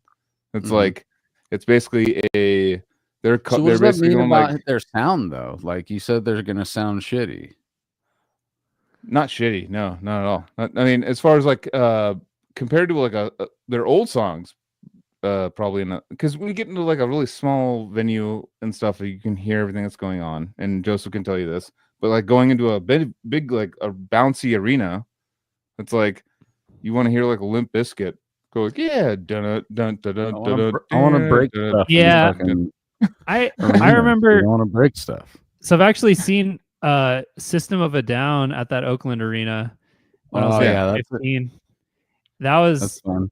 That was insane, but the guitar was so loud. It was like, and that was all you could really hear. And the Mars Volta played before, and it was literally just, I didn't know what the fuck was happening. So it'll be somewhere in between those two. Like I already got both the most chaotic and then the most just like riff, you know. So hopefully Sleep Token sounds decent enough, but yeah. I'm just glad I got to see them in like a small place, and now you know, now I think they're so big now. It's funny that you're talking about drops. Bigger than Metallica. It's funny that you're talking about weird drops because you're like, oh, let's talk about the Sleep Token drop. Why aren't we talking about the Mars Volta drop? Didn't they just like fucking just play live a whole live new album that nobody knows about live? Because they don't. Because they're annoying. And then I heard that the vocalist just like gave the new album to a delivery guy that came to his house. Really? And yeah, you can talk your shit. I think you've been talking shit.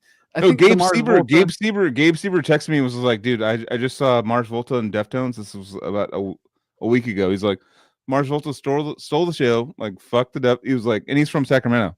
And I was like, cool, dude. I don't want to hear to a guy bitching the whole time. Like cool. I think we've had an extensive conversation. Even though Deftones bitches, he's a bit, and it's funny because Joseph, one of my favorite memories of because I've been a big Deftones fan for, I mean, not for a long time.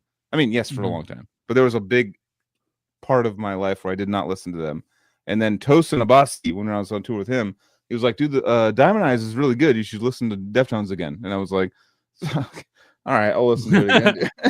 And I listened to it, and it literally like through a really hard time in my life at that time, like it got me through it, and it was like they've gotten better. They're better. Fuck the old stuff. Fuck old Deftones. It's all about new Deftones. So as far as like, I don't know, Mars Volta has just never like touched a chord. I think it's just the vocalist for you. I thought you said no. I've had so many people try. I've had so many people try, and I'm like, yeah, I'm like the guy that like doesn't like death metal. And you're like, dude, check out this band. It's fucking super sick. I'm like, yeah, but the vocals, and I'm like, yeah, but you'll get used to it. But he's actually he's brilliant though. It's like it's weird. See? Yeah. See, it's tough, man. There are some bands the vocals ruin it. So brilliant. All right. I feel like I'm not picking Joseph's up on episode turns into me fucking trying to pitch Mars Volta at Joel for like fucking the 17th time in our relationship, dude. Whoa, that's cool. Hey Joel, do you want to end Joseph's episode by me telling you how sick Pavora No, I didn't touch the thing. It says your browser has less connection with your camera. Make sure you have the right camera selected. And that was funny. My camera's even pissed at you, dude.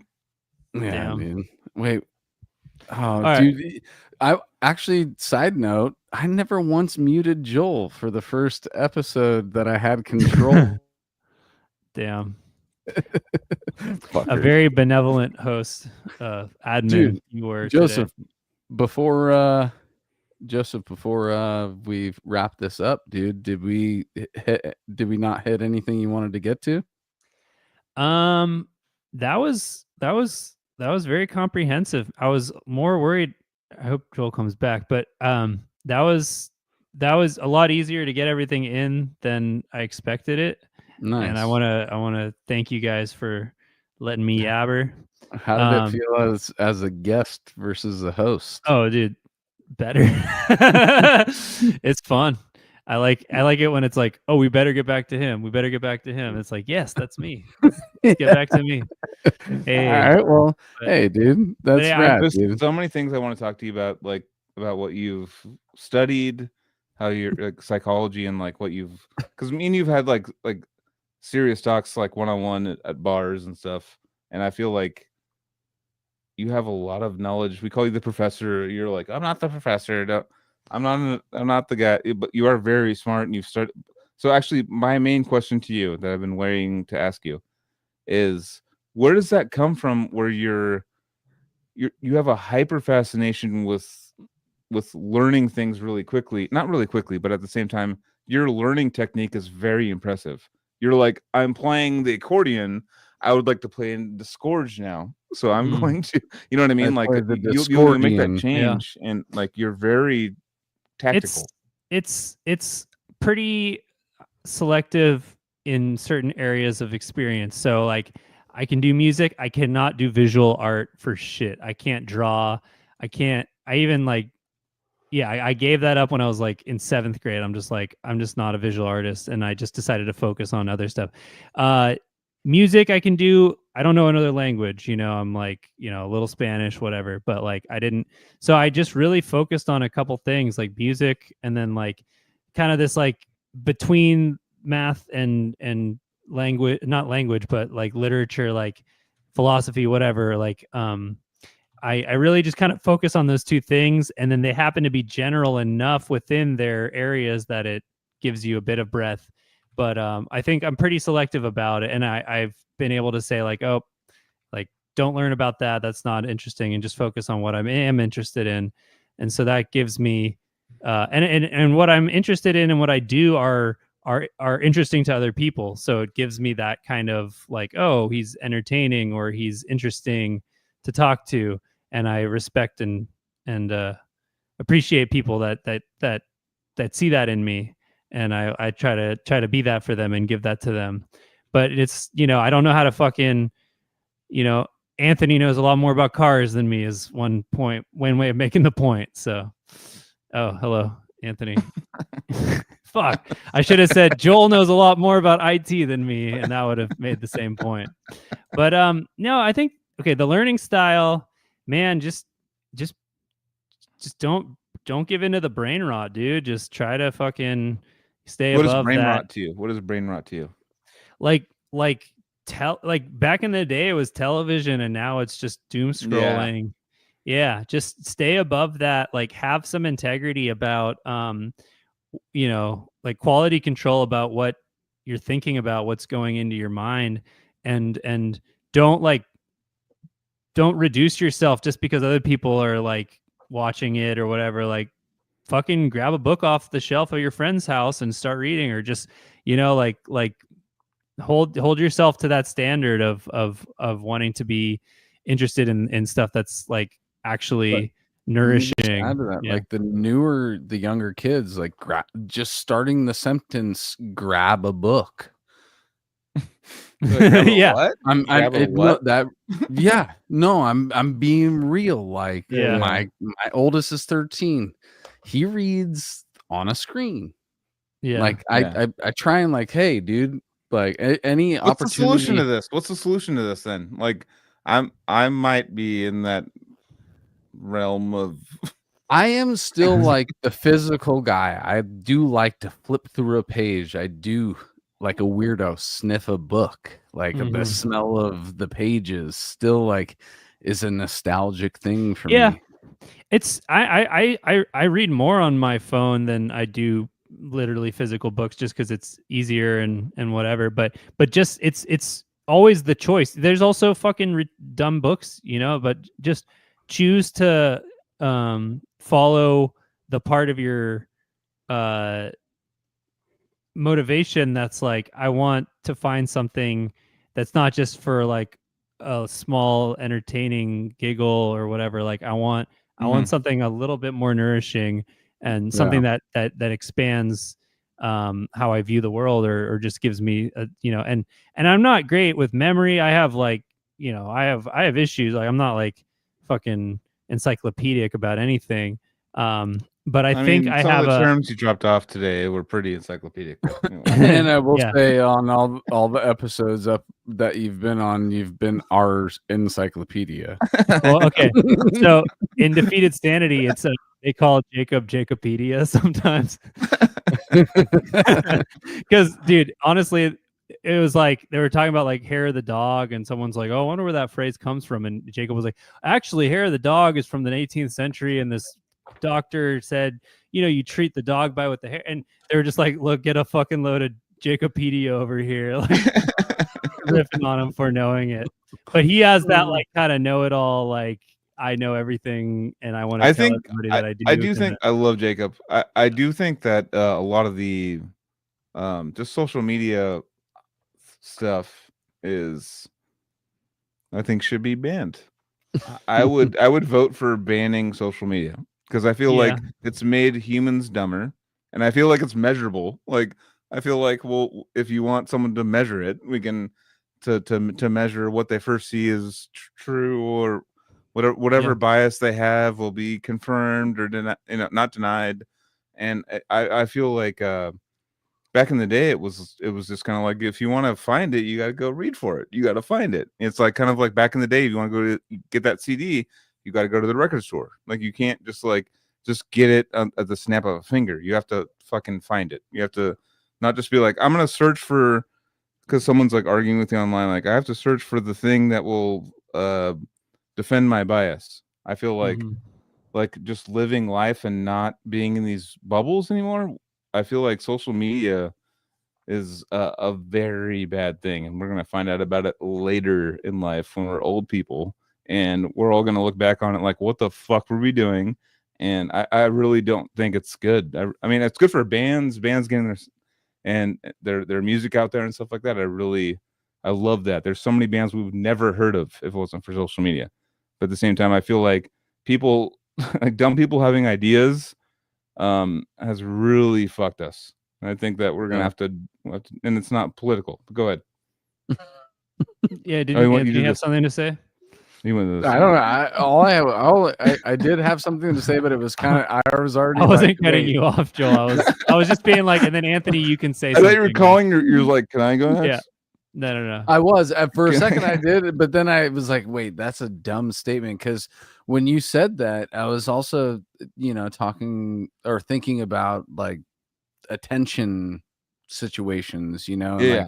Like, I was jokingly like, no song should be less than 4 minutes. Because the 2-minute thing is just like this in and out thing that's happening now, and that's because of getting hits on Spotify. If your song is less than 3 minutes, it leaves, and it also like connects with somebody, it leaves them wanting more, so they'll listen to the song twice at least to get that same situation. But like same thing with like short videos. It's kind of weird, like TikTok and all that shit. I'm totally a fucking culprit. Like Joel, there was we send shit back and forth constantly. There was a thing that was Joseph, I would love your input on this, but whereas humans nowadays are into either 30-second fast things or 3-hour long things. Yeah, there's not anything like in between. It's kind of like, we want the fast, like where you're taking a shit, like or like in the morning, like on, it really is funny, huh? Yeah, funny, dopamine. And then you go to bed or put something on, and you put on a 3-hour long form thing or 2-hour, 1 hour long form thing. It's like, keeps you from the brains aren't. then... Which book used to be like, until I go to sleep. Like, let's just read this till I go to sleep. It's not like and it's like our attention is just kind of like all over the place. And I don't know. Have you ever read yourself to sleep? For sure. That's for sure. That's when I was a philosophy grad student. I was just, anything I would have to read, I would just take it to bed because I had to read it anyway. And it would put me out anyway. So yeah, dude, I'd fall asleep so much faster while reading than I do watching something on TV with blasting, you know, Yeah. I colors listen. and I have to flashing. listen. And I'm a listen. I'm a changing. listen learner though, so I have to like listen. Yeah, you're to a things. podcast listener. You like to hear, but dude, listening to a soothing voice or just something that either is interesting or something that just helps you to like get away Yeah. from all the other crazy thoughts that you're trying to. Well, I actually don't have a lot of trouble falling asleep these days. I definitely have had Lucky. insomnia in the past. Right now, I'm okay. Although this latest time zone change just kind of, or daylights thing just kind of fucked me up a bit.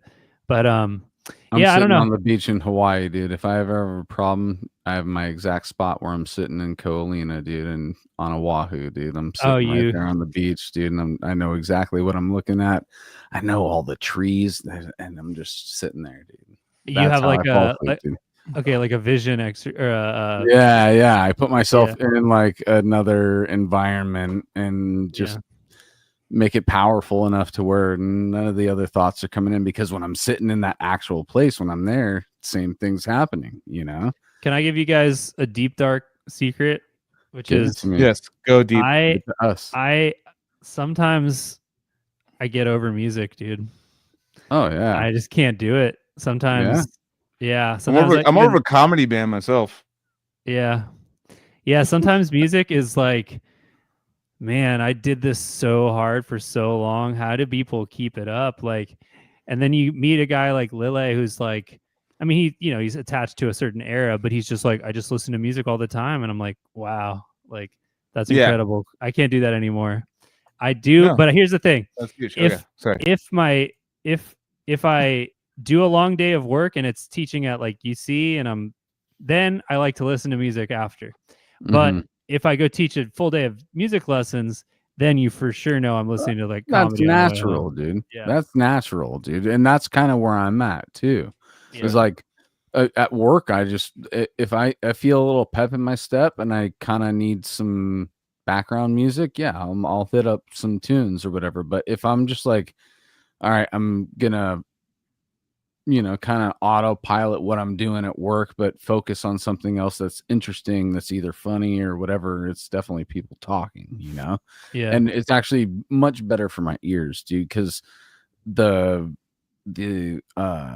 amount of noise that's happening at the shop alone, plus if I were to just like bombard my ears with loud music, which I have to hear it loud now because we fucked our ears up back in the day, not thinking about it. Yeah. And I mean, we've talked about it so many times how I was in rehearsal studios that were just confined and super loud, no protection on my ears, so that What the fuck? plus my fucking 20+ year automotive job, I can't hear anything, bro. Yeah. You definitely shit. have the most fucked ears on the podcast, Anthony. Anthony, you're gonna take the ears from me? Sorry, dude. Well, I mean, actually, how many times we heard your tinnitus story, dude? I just got to give a little something. You see the story. This just letting you know, this is a headphone here. I haven't heard anything. That doesn't even work. You could unplug it. It doesn't even matter, dude. My ears just going like the whole time in that side. That's super fun. Okay, dude. I'm just saying. So if I have to have these aggressive noises happening constantly, that'd be a good song or album title. Aggressive noises happening constantly. Spawn of possession, just like aggressive noises happen constantly. Copyrighted right now. This is me and Joseph's grind band that we're gonna start in the future, dude. Yes, aggressive noises happening. I'm down as fuck. Wait, don't let me forget. What did I say? Aggressive noises happening constantly. Yes, dude. Perfect. You have to do it on Twitch, just like freestyle, record, hit the record live button. You guys have to go deep. But actually, it could be, we could do like the hardcore thing where it's like A N. Oh wait, aggressive noises H. Yeah, it's HC. It's like it would be like a hardcore thing, but it is actually happening constantly instead of hardcore. Okay. Right. Getting drunk. Just like getting drunk, guys. All like looking at it, like His little philosophical. Dude, I was trying to use philosophical- fucking analytical philosophy yeah. to fucking P equals E. I said something while you were gone, Anthony, which is, you know, all this whatever, me, knowledge, thoughts, smart, and I'm like, I don't know how to do anything with a car. Like Anthony knows a lot more about. Like I just want to stay in my fucking lane and not try to come across as, you know, I go through life barely getting through, dude. Just living off other people's goodwill and being entertaining enough that they let me hang out, you know. Well, are you walking through like life like with people that you're running into and stuff, like taking your scholastic side of your philosophy and like going to a Taco Bell and being like a guy's being kind of rude to you? Are you being like philosophical about it, like like well, I've learned about this, if K equals, you're like not like K that, equals not like he's not doing a I mean, but like as far as like understanding a human around, dude. I know I 100% get what you're going at, but like as far as like Joseph, like going because you understood of it, or you've learned so much, like you see so many weird people in Santa Cruz keep it weird, you've seen that so many times, like you walking around with your scholastic, achievements. Do you ever use that? I don't. It definitely when I'm teaching. That's when it, that's the obvious answer, and that's when it comes. Like I don't. I think I do walk around and I like apply my worldview to the experiences I'm having, and I interpret it, but I don't feel like I'm the kind of philosopher. I'm not like pontificating like Gandalf with a pipe, kind of just sharing wisdom. That's like how to deal with them, how to deal with like a crazy person that yells at you, or versus like a person that's like says something just crazy to you. Yeah, I just punch him in the face, dude. I pontificate. I'm just kidding. But I'm saying, like, how do you interpret and distribute your there's mental wealth? There's a Nietzsche book. I forget the first part of the title, but then it's like, or how to philosophize with a hammer, which I always love. Yeah. Okay. So dealing with like homeless and mental illness, it's, I am not a very confrontational person in general. I'm the type who tends to skeeter away from stuff, and I don't really indulge too many people who are trying to have that kind of conversation. This might be a bit of a disappointment that I would have had some like cool thing that I could like blow someone's mind and leave them. Yeah, some fucking like kung fu fucking. Yeah, not like physical, but like mental kung fu. I like paradox them, and then just they're like too tripped out to like. No, I'm not saying do you fuck them up like mentally. So you go like you're all like and like fuck them up like mentally. I'm just saying like how do you hit them with the MIB fucking transmitter? Yeah, it's like, are you overly analytical of like what's going on or what's going on? Yeah, I just want. I think I have the like kind of the critical kind of mindset, like always trying to think like is this the way that things should be, like just always checking against the best version you can imagine of things, like does this check out, is this good? I keep that shit running for sure. I'm like complacent. And this is where analytic just means analytic more generally. Like you're just always analyzing like what's going on. Which isn't logic, right? Yeah. Analytic and logic are separate, correct? Yeah, they're two related skill sets, but they're different. Yeah. Yeah. But yeah, guys, it's almost 11:30. No, for sure, dude. And I just want to wrap it up by saying, like, dude, don't feel like you were, being however with explaining yourself, dude. We love to hear all that shit, and we asked our questions because we were genuinely interested, dude. It's just like, dude, no, I'm just saying because he was saying I don't want to be like this guy, and I'm just because he's like, oh, you're so cool. So I will apologize directly because Joseph is so smart that I just want to like pick his brain about stuff. I know, and like he's sat in these classrooms for like hundreds of hours, and I'm just trying not to. and I just want to know. I want to know, like, I You're want to trying learn, to like, absorb as much as you can off I want to the ask, guy. like, what, because You're trying to get today, the cliff notes right well, now. today I was in a webinar, like we talked about pre-pod, and I was like sitting there for hour and a half, and then they gave me my morsel that I wanted for 15 minutes, and I was like, Yeah. thank Yeah. you, Jesus fucking Christ. Like, Well, I was, Mhm. yeah. Mhm. I have been wanting to get over my like camera, not fright, but like whatever, like apathy about the modern. And we were talking about social media, everything. But I have been kind of wanting to just create like videos where I talk and stuff. And Nice, dude. so maybe You I'll make do me like comfortable. You on camera makes me very comfortable, and it's not because of whatever preconceived notions that you have, but like you on this podcast makes me feel very chill, and that's probably why I ask these comfortable questions I've asked you. Well, It's and like, also, I would like to say, if you ever want to, use the CDP flag and do your own thing, dude, you can totally post those videos on our channel too. Like, yeah. I mean, we'll make all the money off it, dude. We'll make the 78 cents. all that 78 money, cents. dude. We'll make that All 78 that cents and money. just like I'll take it and just buy like a half of a fucking Mountain Dew.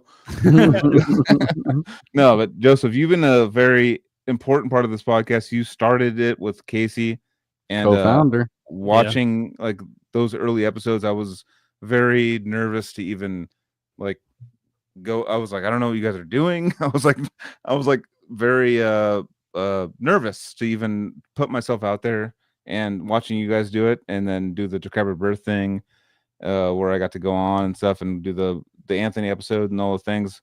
Like, I was at first I was like, what are you guys doing, dude? This is embarrassing. Like, literally my real thoughts were, this is embarrassing. Why are you guys talking about? I was the first metal? guest, and you're like, "Fuck, Anthony, dude." Well, Anthony's gonna be like, dude, I was in Separate Savior and just like my whole thing, and like I did this and I did that. I don't even know, and he didn't even know, and No, but, nobody even knows, dude. But I did not know who. I didn't even know who Joseph was at the time. So, Yeah, and watching just this from guy who had like seen Decrepit Birth like 10 times and worshipped you. But yeah, no, I'm kidding. No, but at the same time, like, you are a wealth of knowledge, and I like, after doing like a few podcasts together after the episode that I did, and just like understanding how amazing you were, you're like one of the most like just honest. And I'm sucking his dick. Hold on a second. No, I wanted to suck his dick too, dude. Can you take it out of your go mouth? on the balls. Go on the balls. Go on the Point balls. it in my direction, because I want to say that, like, after that episode, I think me and Joseph were friends immediately. I think we Yeah. Oh, we Jesus, were already trying to- like, we were Jesus. just connected, and it wasn't long before. Yeah, you guys I muted you him. guys you guys really, since we all met, it's been you guys changed the game and opened so many doors and are just some of my best friends. And Yeah, I should have kill more time. And it really was. It still has been some of the best times I've spent in the last. Yeah, 4 we years confused the on this show, dude. Yeah, So the whole pandemic we went through doing this, like a weird ass time. we kind of subconsciously supported ourselves through a weird fucking time, and it turned into something that we just kept doing. Yeah. It's All like right, a heroin. All I need from you guys is another Odious Mortem album, and it will happen, dude. It will happen, dude. Good. I'm actually I'm starting to get excited about it. I'm starting to really try and get that pie chart together and really fucking find out where I can give that slice of pie. And yeah, dude. Banana slug, string band, dirt made my lunch, dude. I gotta fucking go listen to that. Actually slaps. I think. Okay, it goes. Thank you, dirt.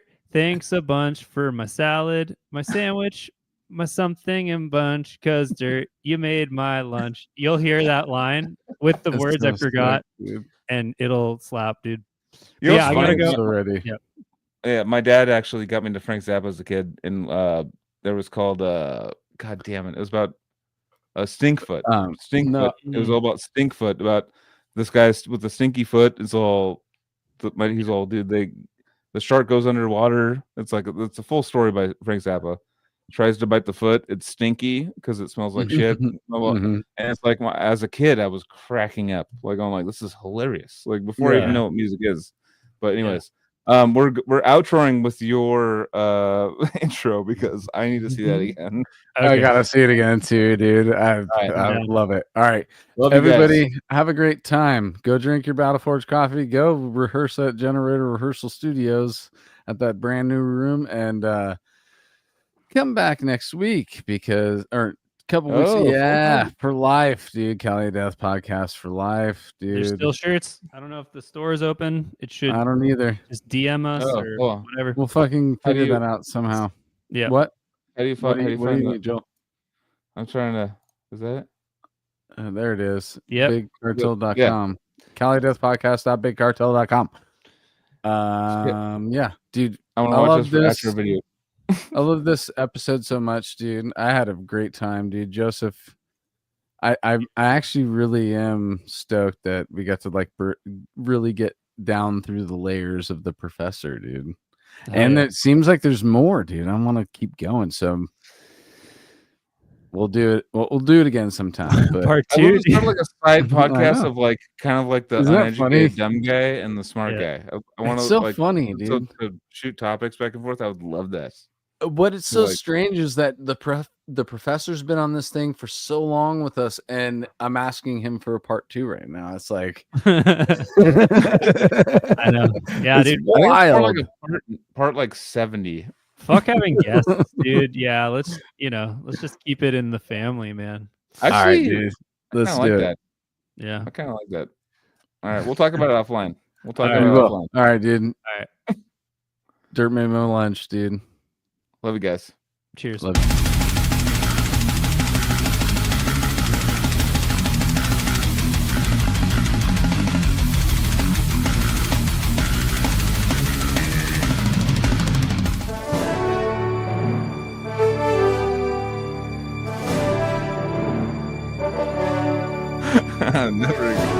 I ain't never gonna stop.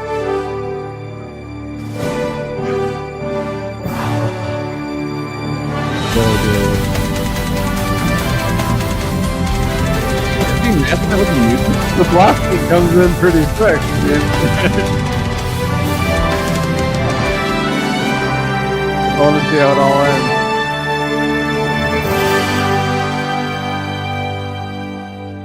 It was actually pretty perfect ending, dude.